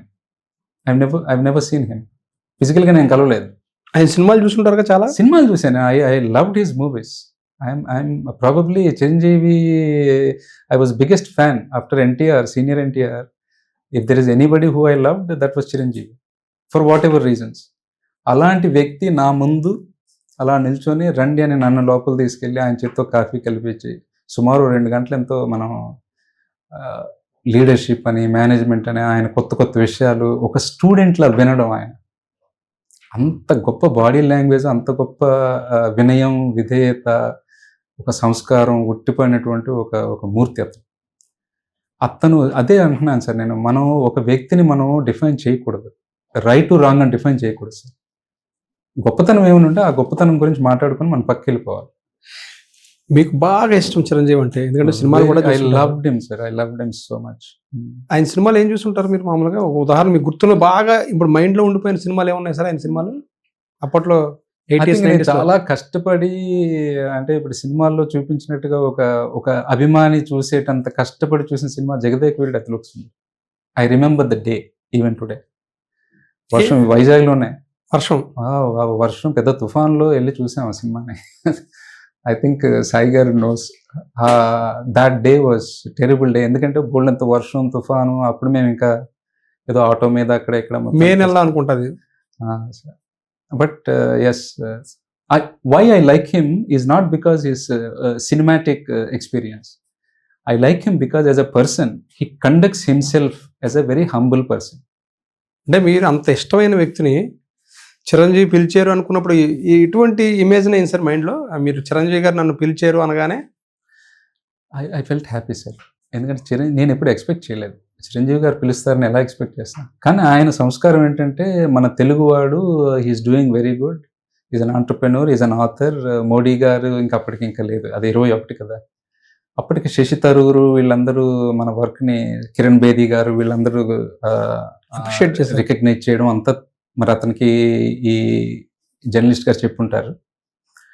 పిలిపించి మనల్ని అభినందించి, మీ తెలుగు వాళ్ళు మీరు ఇలా యు ఆర్ డూయింగ్ గుడ్ అని మనల్ని అతను రికగ్నైజ్ చేసి, అతనికి చేయాల్సిన పని లేదు, చేశారు ఆయన. చిరంజీవిని కలుస్తున్నాను అనుకున్నప్పుడు ఏమనుకున్నారు సార్ అసలు? అంత పెద్ద వ్యక్తిని కలుస్తుందని అనుకున్నప్పుడు మీరే చెప్పారు అంటే ఇంట్లో మమ్మల్ని అందరినీ తీసుకెళ్ళాలి. మా మదర్ ఇప్పుడు లేరు. మా మదర్ నాకు ఇప్పటికీ మా మదర్ మాటలు గుర్తున్నాయి. నన్ను తీసుకెళ్లకుండా నువ్వు వెళ్ళడానికి వీలేదు అంటున్నారు మా అమ్మ. సో ఈజ్ మై సిస్టర్స్, మా కజిన్స్ అందరూ కూడా. అందరికీ అభిమానం. చిరంజీవి అందరికీ అండి. చిరంజీవి గారికి ఈ విషయం చెప్పాను. ఇలా చెప్తే ఆయన నవ్వి మరి తీసుకురాపోయారా అన్నారు ఆయన. నేను అన్నాను సార్ వాళ్ళని తీసుకురావాలంటే పెద్ద బస్సులో తీసుకోవాలి, వాళ్ళు ఒకళ్ళిద్దరు కాదని చెప్పాను. అయినా తీసుకురావాల్సిందే అన్నారు ఆయన. అది అంటే ఒక సంస్కారం, ఒక మనిషి ఎంత పెరిగినా ఎంత హంబుల్గా ఉండాలి అన్నది Chiranjeevi I think is a great example అండి. మనం అతని దగ్గర నుంచి పెద్దగా నేర్చుకోవాల్సింది ఏమీ లేదు. How to conduct yourself. Sachin Tendulkar why is he valued today so much?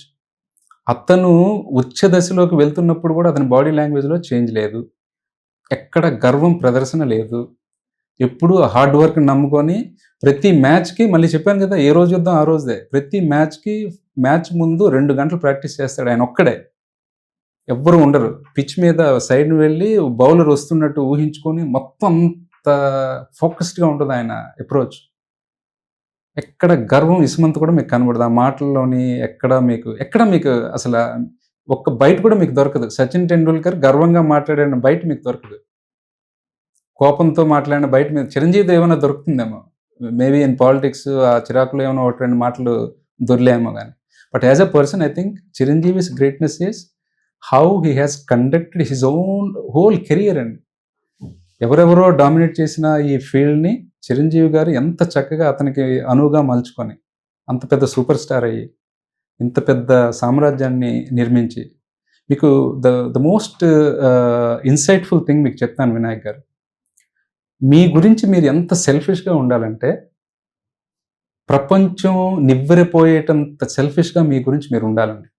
ఎందుకు అని మీరు అడిగితే ఏంటి సెల్ఫిష్గా ఎందుకు ఉండాలి? మీరు మెక్డొనాల్డ్స్ పేరు వినే ఉంటారు. మెక్డొనాల్డ్స్ ఇవాళ ప్రపంచంలో లేని ప్రాంతం లేదు. అసలు ఒక దేశం తాలూకా ఆర్థిక స్థితిగతులు చెప్పాలంటే మెక్డొనాల్డ్స్లో ఉన్న బిగ్ మ్యాక్ ఖరీదుని బట్టి మీకు చెప్పవచ్చు ఒక దేశం ఆర్థిక స్థితిగతులు. అంతగా చొచ్చుకుపోయినటువంటి ఒక బ్రాండ్. ఆ బ్రాండ్ రే క్రాక్ అని ఒక ఫౌండర్ బ్రాండ్ని నిర్మించి ఆ బ్రాండ్ని ఇంత విస్తరింపజేసి దేశ నలుమూలల విదేశాల్లోనూ కూడా చేసేటువంటి విస్తరించినటువంటి ఆ గొప్ప ఫౌండర్ పేరు రే క్రాక్. ఆయన స్టార్ట్ చేసినప్పుడు ఆయన ఏమనుకున్నాడు? నేను దేశాల్లో పెట్టాలి, 10 మందికి ఉద్యోగం ఇవ్వాలని అనుకోలేదు. నేను ఈ బ్రాండ్ని పెద్దది చేయాలి, అదే అతను ఒకే ఒక్కట ఆశయం. అతను పెద్ద అవ్వాలి, అతను బాగా చేయాలి. అదంతా అయిన తర్వాత అప్పుడు చూడండి ఏమైందో. కొన్ని లక్షల మంది ఉద్యోగాలు ఆయన ఇవ్వగలుగుతున్నాడు. కొన్ని దేశాల తాలూకా జీడిపిలో అదొక భాగం. అమెరికాలో జీడిపిలో మెక్డొనాల్డ్స్ అనేది ఒక భాగం. ఇవంతా చేయాలి అని ఆయన ముందు అనుకోలేదు. ఆయన ఏమనుకున్నాడు? నేను ఈ కంపెనీని పెద్దది చేయాలి, ఇది నా పర్సనల్. అంటే ప్రతి ఒక్క వ్యక్తి కూడా గ్రామ స్వరాజ్య అంటే చాలా మందికి అర్థం తెలియదు. గ్రామ స్వరాజ్య అంటే the development starts with you and it ends with you. If you are developed, your family will be good. If your family is good and everybody is like Mr. Vinayak, Mr. Sai, Mr. Sridhar, me family బాగుంటే అయిపోయింది, society బాగుంటుంది. మీ development మీకోసం చేసుకోవాలి. ఆ చేసుకునే క్రమంలో సొసైటీతో మీరు ఎంత చక్కగా అనుసంధానించుకుంటున్నారు, ఎంత మంచిగా మీరు బ్లెండ్ అవుతున్నారు. కాఫీలో పాలు పోసి అంతా చేసి కాఫీ తాగుతాం మనం. కాఫీ బాగుంటుంది ఎంత బాగా ఒక్కొక్క కంపోనెంట్, ఒక్కొక్క ఇంగ్రీడియంట్ ఎంత బాగా బ్లెండ్ అవుతుంది. అలా మీరు సొసైటీతో బ్లెండ్ అవ్వాలి. కానీ you must be selfish. You have to do greater things అండి. ఎంత గ్రేట్ థింగ్స్ చేయాలంటే మళ్ళీ పుట్టరు మీరు. ఈ లైఫ్లో మీరు పెద్ద అసలు ప్రతిరోజు మీరు అందుకే యుద్ధం చేసి విజయం సాధించారు. మీరు ఎంత బాగా చేస్తే ఆటోమేటిక్గా మీ ఫ్యామిలీ మీ వల్ల ఎంపవర్ అయిపోతుంది. మీ ఫ్యామిలీ ఎంపవర్ అయింది, మీరు కంపెనీ పెడితే ఏమవుతుంది? 10 మందికి ఉద్యోగాలు వస్తాయి. ఆ 10 మంది ఉద్యోగం కోసం మీరు కంపెనీ పెట్టట్లేదు, మీకోసం మీరు కంపెనీ పెడుతున్నారు. కానీ దాని తాలూకా ఇంపాక్ట్ లేయర్స్గా సొసైటీ మీద పడుతుంది. ప్రతి ఒక్కరు ఎంత పవర్ఫుల్గా ఆలోచిస్తే సొసైటీ ఎంత పవర్ఫుల్గా ఉంటుంది, ప్రజలు ఎంత బెనిఫిట్ పొందుతారు. మీరు పవన్ కళ్యాణ్ గారిని దగ్గర నుంచి చూశారు 2019 ముందు. ఆయనతో దగ్గర ఒక 1 year పనిచేశారు. ఎస్. అలాగే చిరంజీవి గారిని కూడా దగ్గర నుంచి చూశారు. 2-3 అవర్స్ ఆయనతో స్పెండ్ చేశారు. ఎస్ ఎస్ ఇద్దరిని కంపేర్ చేస్తే ఏమనిపించింది సార్? అన్నదమ్ములు ఇద్దరిని కంపేర్ చేస్తే డిఫరెంట్ పర్సనాలిటీస్ అండి. థాట్ ఇద్దరిది మంచి థాట్, ఇద్దరిది ఒకటే థాట్. ఇన్ఫాక్ట్ చిరంజీవి గారు ఏవో కొన్ని పర్సనల్ విషయాలు చెప్పారో అవి మనం ఇక్కడ బయట చెప్పకూడదు. And I completely agree with him. ఆయన చెప్పినవన్నీ కూడా నేను అగ్రీ అయ్యాను. వాళ్ళిద్దరు పర్సనాలిటీస్ డిఫరెంట్ అండి. ఎందుకంటే we talked about politics that day. ఆయన thought process, he would have been a very good chief minister Chiranjeevi. But ఆయన థాట్ ప్రాసెస్ ఏంటంటే, ఇప్పుడు మళ్ళీ అందరిలో మంచిని చూడగలగడం, చెడుని చూడగలగడం ఒకటైతే, మంచి గురించి హైలైట్ చేయడం అనేది ఒకటి. బట్ పాలిటిక్స్లో అది కాదు. మీరు ఒక స్టాండ్ తీసుకోవాలి. పాలిటిక్స్ కానీ కంపెనీ కానీ ఒక విషయంలో మీరు అది చేయి పెట్టారంటే మీరు స్టాండ్ తీసుకోవాలి. స్టాండ్ తీసుకున్నారంటే మీరు ఇంకా బ్లాక్ అండ్ వైట్. ఇప్పుడు నేను ఒక పార్టీ పెట్టాను అనుకోండి, పార్టీ పెట్టి అందరూ ఉన్నారు, నేను ఉన్నానంటే పీపుల్ విల్ బి కన్ఫ్యూజ్డ్. పీపుల్కి మెసేజ్ క్లియర్గా ఇవ్వాలి. వీళ్ళు ఈ ఏరియాస్లో సరిగ్గా పనిచేయట్లేదు కనుక నా పార్టీ వచ్చి ఈ ఏరియాస్లో నేను డెవలప్ చేస్తాను అన్నది నేను కరెక్ట్గా కమ్యూనికేట్ చేయాలి. నెంబర్ 1. నెంబర్ 2, చిరంజీవి గారి మెంటాలిటీ ఈజ్ ఒకరిని నిందించడం ఆయన వల్ల కాదు. ఇంపాసిబుల్. నిందించడం అంటే అది నిజం, అవసరమైనా కూడా ఆయన నిందించలేడు. Is a very beautiful person అండి. వైఎస్ఆర్ గారి గురించి విన్నారు కదా సార్, 2004 నుంచి 2009 మధ్యలో. ఆయన గురించి ఏం చెప్తారు సార్? గ్రేట్ లీడర్ అండి, ఇంకేం చెప్తాం. ఒక వ్యక్తి రాజు ఎలా అవుతాడండి? ఒక వ్యక్తి ఒక ప్రజల చేత ఎన్నుకోబడిన విధాయక, అంటే ఎమ్మెల్యే దగ్గర నుంచి కానీ, ఒక చిన్న సర్పంచ్ కానీ 10 మంది ఎన్నుకున్నారంటే మీలో ఏదో స్పెషాలిటీ లేకుండా మీరు ఎన్నుకోబడరు. నెంబర్ 1. మీరు ఏదో కష్టపడి, అంటే ప్రజలు బయటవాడు ఏదో అనుకుంటారు, ఒకరి సక్సెస్ని చూసి ఓర్వలేని సమాజం మంది. ఎప్పుడు కూడా ఏదో అయిపోయాడు, ఏదో చేశాడు, అందుకే అయిపోయాడు, ఇదంతా రాంగ్. నువ్వు కూడా అయిపోవచ్చు కదా అలా. అలాంటిది 2 సార్లు చీఫ్ మినిస్టర్ అయ్యారంటే ఒక వ్యక్తి గుర్తుని ఎందుకు అయిపోతాడు? ఆయన చేసిన కొన్ని కార్యక్రమాలు ఎంత పవర్ఫుల్ కార్యక్రమాలు చేశారండి. ఆరోగ్యశ్రీ, ఈవేళ నేను ఎందుకు గుర్తుపెట్టుకున్నాను ఆరోగ్యశ్రీ? నేను ఎప్పుడైనా ఉపయోగించానా? లేదు. But I remember that. ఆ 108 ఏదో అంబులెన్స్. ఆ తర్వాత I think he try to do some water related irrigation కార్యక్రమాలు, జలయజ్ఞం. he smile, look at his body language. Again, I'm more into body language. His body language is absolutely charming. Very charming person. Nice smile. ఎవరినైనా ఆప్యాయంగా పలకరించగలిగేటటువంటి ఆ యొక్క body language. 2 సార్లు chief minister అయ్యారంటే, ఇంతమంది 10 కోట్ల మంది ప్రజలు అతన్ని ఎన్నుకున్నారంటే, యునైటెడ్ ఆంధ్ర కదా అతను చీఫ్ మినిస్టర్. మరి అంతమంది ఎన్నుకున్నారంటే ఇట్స్ నాట్ ఎ జోక్ అండి. ఏదో స్పెషల్ లేకపోతే మీలోని ఎవరు ఎన్నుకోరు. అది మీరు ఏ లీడర్ని తీసుకోండి, ఏ స్థాయిలో ఉన్న లీడర్ని తీసుకున్నా కూడా వాళ్ళలో ఏదో ఒక స్పెషల్ ఉందని ముందు మీరు కన్విన్స్ అవ్వాలి, తప్పదు. వాడు అందుకు అయిపోయాడు, ఎందుకు అయిపోయాడు అని మీరు అనుకున్నారంటే I'm very sorry, you're not the right person. Sir, ఇప్పుడు మీరు కొత్తగా హెల్త్ సెక్టార్లో ఏదో సంథింగ్ ఆంధ్రప్రదేశ్ ప్రభుత్వంతో టైఅప్ అవ్వాలనే ఆలోచనతో ఉన్నట్లుగా తెలుస్తుంది. అది హెల్త్ సెక్టార్లో ఏదో కొత్తగా ప్రయోగం చేస్తున్నట్టున్నారు. ఏంటి సార్ అది? మేము ఎవరితో ఇంకా టైఅప్ అవ్వాలని ఏం లేదు. ఇది కొత్త స్టార్టప్ మేము స్టార్ట్ చేస్తున్నాము, హెల్త్ కేర్.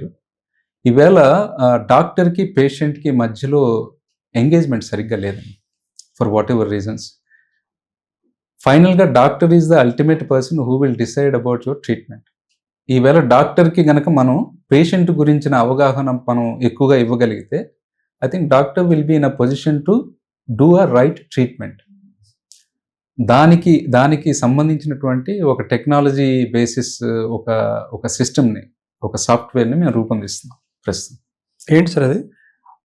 అదే అండి, దాని పేరు ఆయు, AAYU. ఆయు ఏంటంటే మీ లైఫ్ ఆయుర్దాయాన్ని పెంచేది, మీ వైటాలిటీని పెంచేది, మీ యొక్క సమగ్రమైనటువంటి వివరాలని డాక్టర్కి అతి తక్కువ కాలంలో, అతి తక్కువ సమయ వ్యవధిలో ఒక స్మార్ట్ డాష్ బోర్డ్ రూపంలో చూపించడం. So the doctor is able to understand about the patient with in the less time. Unfortunately ఎందుకు ఇది లెస్ టైం అంటున్నానంటే, ఈవేళ ప్రపంచంలోని సర్వే చూసుకుంటే కనుక స్వీడన్ అన్నిటికంటే ఎక్కువగా 23.5 నిమిషాలు doctor patient engagement time. India అది అన్ఫార్చునేట్లీ ఓన్లీ 3 నిమిషాలు. Only 3 minutes. 3 minutes. దాన్ని బట్టి మీకు అర్థమవుతుంది ఏంటి, పేషెంట్ గురించిన అవగాహన డాక్టర్కి ఇవాళ సరిగ్గా అవకాశం లేదు. డాక్టర్ గొప్పవాడైనా కూడా 3 నిమిషాల్లో ఏం చూడగలరు మీరు పేషెంట్ గురించి. అయితే అమెరికాలో ఇది 21.5 నిమిషాలు. కానీ అమెరికాలోనే 4 లక్షల మంది ప్రతి సంవత్సరం చనిపోతున్నారు మెడికల్ ఎర్రర్స్ వల్ల. 21.5 నిమిషాలు టైం ఇచ్చినటువంటి డాక్టర్ పేషెంట్కి టైం ఇచ్చినటువంటి 21.5 నిమిషాల తరువాత కూడా 360 మిలియన్లు వాళ్ళ పాపులేషన్లో 4 లక్షల మంది చనిపోతున్నారు ప్రతి సంవత్సరం. $20 బిలియన్ లాస్ అవుతుంది. హ్యూమన్ లాస్ అవుతుంది, ఫైనాన్స్ లాస్ అవుతుంది. ఇది ఎందుకు చెప్తున్నానంటే అక్కడ కొంత ఇన్ఫర్మేషన్ స్ట్రక్చర్డ్గా ఉంటుంది. ఇండియాలో స్ట్రక్చర్డ్ ఇన్ఫర్మేషన్ లేదు. మనం 1.4 బిలియన్, వాళ్ళకంటే 3.5 ఇంతలు పెద్ద దేశం మనది. మన మన మన ఇన్ఫ్రాస్ట్రక్చర్ కొద్దిగా వీక్ వాళ్ళతో పోల్చుకుంటే. అటువంటిది 3 నిమిషాల వ్యవధిలో ఈ ఎంగేజ్మెంట్ జరుగుతుందంటే మన దగ్గర ఎంత హ్యూమన్ లాస్, ఎంత ఫైనాన్స్ లాస్ జరుగుతుందో మీరు మీ ఊహకు వదిలేస్తున్నారు. ఆ ఏరియాని మేము ఇక్కడ టచ్ చేసి ఆ ఏరియాలో ఈ యొక్క కార్యక్రమం ఆయు అనేటటువంటి ఒక టెక్నాలజీని రూపొందించడానికి ప్రయత్నిస్తున్నాం. కోర్స్ చంద్రబాబు నాయుడు గారికి పరిచయం చేద్దామని మా ఆశ. ఐ థింక్ మా ఫస్ట్ లెవెల్ ప్రోడక్ట్ రెడీ అయిన తర్వాత చంద్రబాబు నాయుడు గారి ప్రస్తుతం ఆలోచన గేట్స్ ఫౌండేషన్తో ఆయన ఆల్రెడీ మాట్లాడుతున్నారు. ఇలాంటి కార్యక్రమం ఆయన తీసుకురావాలని ప్రయత్నిస్తున్నారు మన స్టేట్కి. కనుక మాది అటువంటి కార్యక్రమే కనుక అది తీసుకెళ్ళి చంద్రబాబు నాయుడు గారికి పరిచయం చేద్దాం ఒకసారి ప్రోడక్ట్ రెడీ అయిన తర్వాత అని మా ఆలోచన. సార్, భవిష్యత్తులో అయినా రాజకీయాల్లోకి వచ్చే ఆలోచన అయినా ఉందా సార్? అంటే మీ అల్టిమేట్ స్టెప్ చూసుకుంటే కనుక ఇప్పుడు ఎంటర్‌ప్రెన్యూర్‌గా, సీఈఓగా, యువత సాధికారకత ఆ దిశగా అడుగులు వేస్తున్నా. మీరు భవిష్యత్తులో అయినా రాజకీయాల మీద దృష్టి పెట్టబోతున్నారా? ఆల్రెడీ మీరు రాజకీయ పార్టీలతో కూడా పనిచేస్తున్నారు కూడా. ఉందండి, ఆలోచన ఉంది. లేదంటే అబద్ధం అవుతుంది. I have a great interest. మా బ్రదర్కి చాలా interest, Muralidhar. And in his absence I also have lot of interest. ఎందుకంటే మీరు చేయాల్సిన పరిధి యాజ్ అ పొలిటీషియన్ చాలా పెద్ద పరిధి అవుతుంది. ఇప్పుడు నేను ఆంటర్‌ప్రెన్యూర్‌గా నేను ఒక లెట్స్ సే 100 మందికి నేను ఇవ్వచ్చు.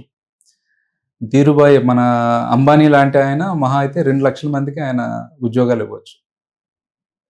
మీరు ఒక ఎమ్మెల్యే అయితే మీ దగ్గర ఉన్నటువంటి ఫర్ ఎగ్జాంపుల్ ఒక ఏదైనా కాన్స్టిట్యున్సీ తీసుకోండి. ఎంతమందికి మీరు నిజంగా వాళ్ళ జీవితాలను ఉద్ధరించవచ్చో ఆలోచించండి కరెక్ట్గా పనిచేస్తే. As a political leader you always have a greater opportunity because it has a greater depth, greater coverage. A party వైపు వెళ్దామని ఆలోచించారు? అలాంటివి అంత ఆలోచన లేదు. ఆఫ్ కోర్స్ చెప్పాను కదా, మీకు ఇందాక నేను ఆఫ్ ది కెమెరా మీకు చెప్పాను. I love people from different areas for their different good works. So ఏ పార్టీ, కోర్స్ మోదీ గారు అంటే బీజేపీ అనుకుంటారు, చంద్రబాబు అంటే తెలుగుదేశం అనుకోవచ్చు. సో ఇట్ డిపెండ్స్ అండి. Will see but I have definitely an interest. There is no doubt about it. ఎంపీగా వెళ్ళాలన్నా sir, ఎమ్మెల్యేగా వెళ్ళాలన్నా తెలియదు సార్, అది అంత ఆలోచన చేయలేదు. బట్ డెఫినెట్గా there are ways, let us pursue. Maybe time will tell. 29లో పోటీ చేసే ఆలోచన ఉందా సార్? చెప్పలేం సార్. మీలాంటి వాళ్ళ సహకారం, ఆశీస్సులు ఉంటే యు నెవర్ నో. మోదీ గారితో ప్రయాణం చేయాలని, బీజేపీలో చేరాలని ఆలోచన ఉందా సార్? లేకపోతే వేరే ప్రస్తుతానికి ఇంకా ఎటువంటి ఆలోచన లేకుండా రాజకీయాల వైపు వెళ్ళాలని ఆలోచనతో ఉన్నారా? లేదండి, యాక్చువల్గా I think there is I don't want to lie, there is inclination towards BJP. ఎందుకంటే మేబీ బికాజ్ మోదీ గారు మనల్ని గుర్తించడం వల్ల కావచ్చు. ఐపీఎఫ్ అని విదేశీ శాఖ, బీజేపీది విదేశీ శాఖ ఒకటి ఉంటుంది, ఇండియాస్ పీపుల్ ఫోరం అని. దానికి నేను యాక్చువల్గా ఆంధ్రప్రదేశ్కి కన్వీనర్. నేను యుఏఈ, యునైటెడ్ అరబ్ ఎమిరేట్స్లో ఉన్నటువంటి బీజేపీ విదేశీ శాఖలో ఆంధ్రప్రదేశ్కి కన్వీనర్. ఇప్పుడు పార్టీలో ఉన్నట్టు ఇప్పుడు మీరు బీజేపీలో. I think if you look at technically, of course ఇక్కడ నేను మెంబర్ని కాదు, but still I'm a convener for Andhra Pradesh in UAE, BJP విదేశీ శాఖ అనమాట. సో ఎస్, మేబీ చూద్దాం సార్. ఎందుకు బీజేపీ అంటే, ఎందుకు బీజేపీ? మోదీ అంటే ఇంకేం లేదు. మోదీ చూడండి, లాస్ట్ 11 yearsలో he has change the face of India. నేను ఇప్పుడు బయట ఎన్ఆర్ఐ కదా సార్. నేను 10 ఏళ్ళకు ముందు, 10 ఏళ్ళ గత 23 ఏళ్ళుగా నేను బయట ఉన్నాను. ఇండియాలో లేను. నేను వస్తూ పోవడమే, నేను బయట ఉన్నాను. గత 10 ఏళ్ల నుంచి నా నా యొక్క ఉనికి వేరు, గత 10 ఏళ్ల క్రితం ఉనికి వేరండి. నేను ఇండియన్ అంటే ఎవడు పట్టించుకోడు. ఈరోజు నేను గర్వంగా నా ప్రైమ్ మినిస్టర్ నరేంద్ర మోదీ అని చెప్తున్నాను. టీ తాగుతానని చెప్తున్నాను. అంతకుముందు ఒక టీ తాగితే తక్కువగా చూస్తారని ఒక భయం ఉండేది. ఇండియన్స్ కాఫీ తాగడం అనేది ఒక స్టైల్. ఈవేళ నాకు ఆ భయం లేదు. టీ హ్యాపీగా తాగుతాను అందరి ముందు.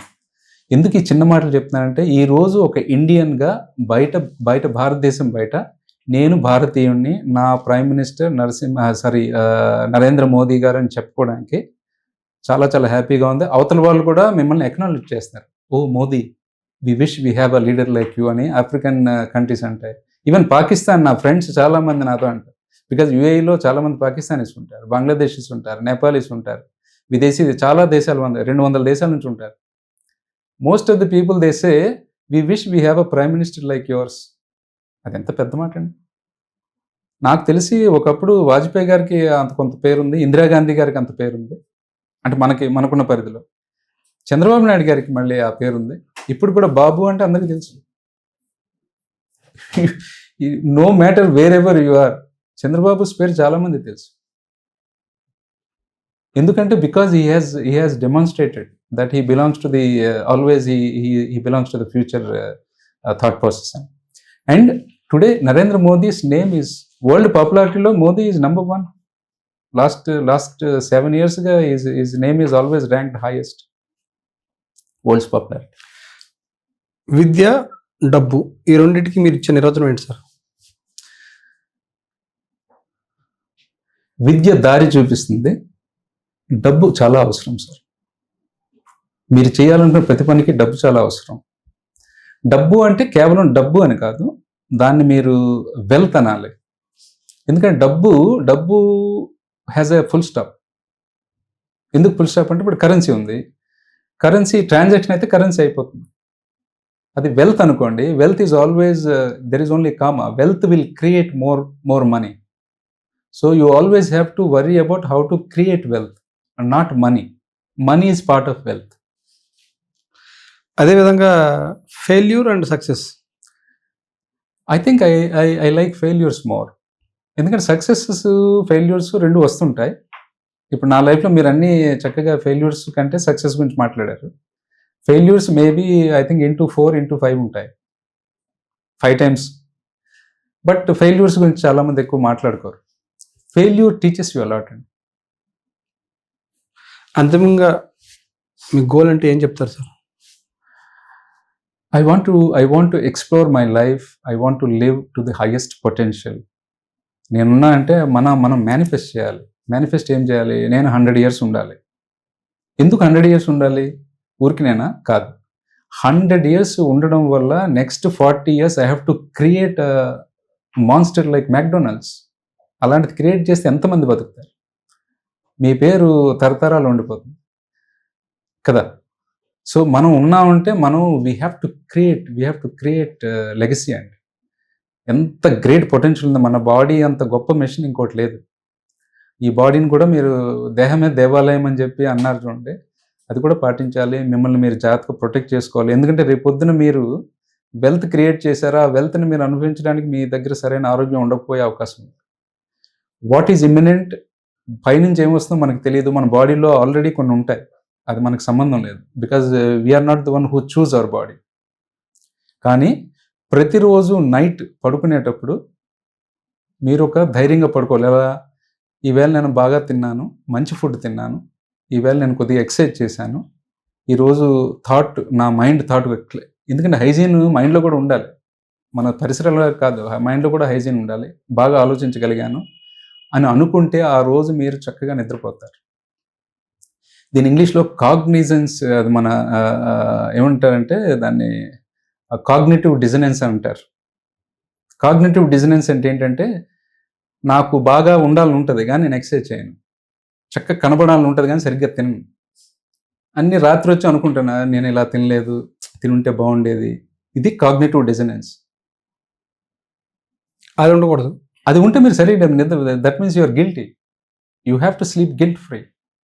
ఇంకొక పాయింట్ సార్ మర్చిపోయా, ఐఐఎం, ఐఐటి అదేవిధంగా ప్రతిష్టాత్మకమైన ఇంటర్నేషనల్ యూనివర్సిటీస్ ఎలా మిమ్మల్ని ఆహ్వానించి ఏ విధంగా వాళ్ళతోటి మీరు కొలాబరేట్ అయ్యి స్టూడెంట్స్కి మీరు మెంటార్గా కావచ్చు లేదంటే మోటివేషనల్ స్పీకర్గా Yeah. ఇటువంటి సందేశాలు ఇచ్చేవారు? Same thing sir. I think I always tell people to celebrate their leadership. చిన్నదైనా పెద్దదైనా ఈరోజు మీరు ఏదైనా చిన్నదైతే please celebrate. Tomorrow is not the day. We don't know what happens tomorrow. ప్రతి చిన్న విషయాన్ని కూడా మీరు సెలబ్రేట్ చేసుకోవాలి. అగైన్ ఈరోజు అయిపోతే రేపు మళ్ళీ కొత్త యుద్ధం మొదలు పెట్టాలి. వేటికి వెళ్ళారు సార్? ఐఏఎం కానీ ఐఐటి కానీ? I think I covered everything. Most of the IIMs, IIM Ahmedabad, IIT Chennai, IIT Delhi. I think most of the IIMs, IITs, మన శ్రీరామ్ కాలేజ్ ఆఫ్ కామర్స్.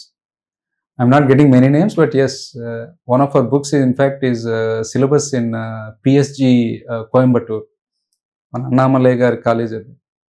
అక్కడ roaring lamps is one of the subjects. అక్కడ MA English లిట్కి roaring lamps is being taught there along with chapter. వాళ్ళకి roaring lamps పుస్తకం one of the subjects వాళ్ళకి. అది ఇంకో పుస్తకం కూడా వాళ్ళు టీచ్ చేస్తున్నారు. దాని పేరు who moved my cheese, Dr. Spencer Johnson అని. Like that book is a famous book. We all read many times. So this book is also being taught there in MA English Lit. So yeah, many colleges, many names. In fact, I worked as a mentor for IIT Chennai for some time. I helped the young entrepreneurs there. Currently, we are working as a professor of practice for BITS Pilani. We are giving our consulting as for the leadership and new venture creation area lo. వాళ్ళకి help చేస్తున్నాం. Okay sir, thank you very much అండి. Thank you so much అండి. I think it was a very long interview. Thank you. So it is very pleasure to meet you also. My pleasure అండి, my pleasure. Thank you so much. Thank you for taking your time, coming all the way to the residence. And it was very nice to meet you all. Thank you. Thank you. Thank you.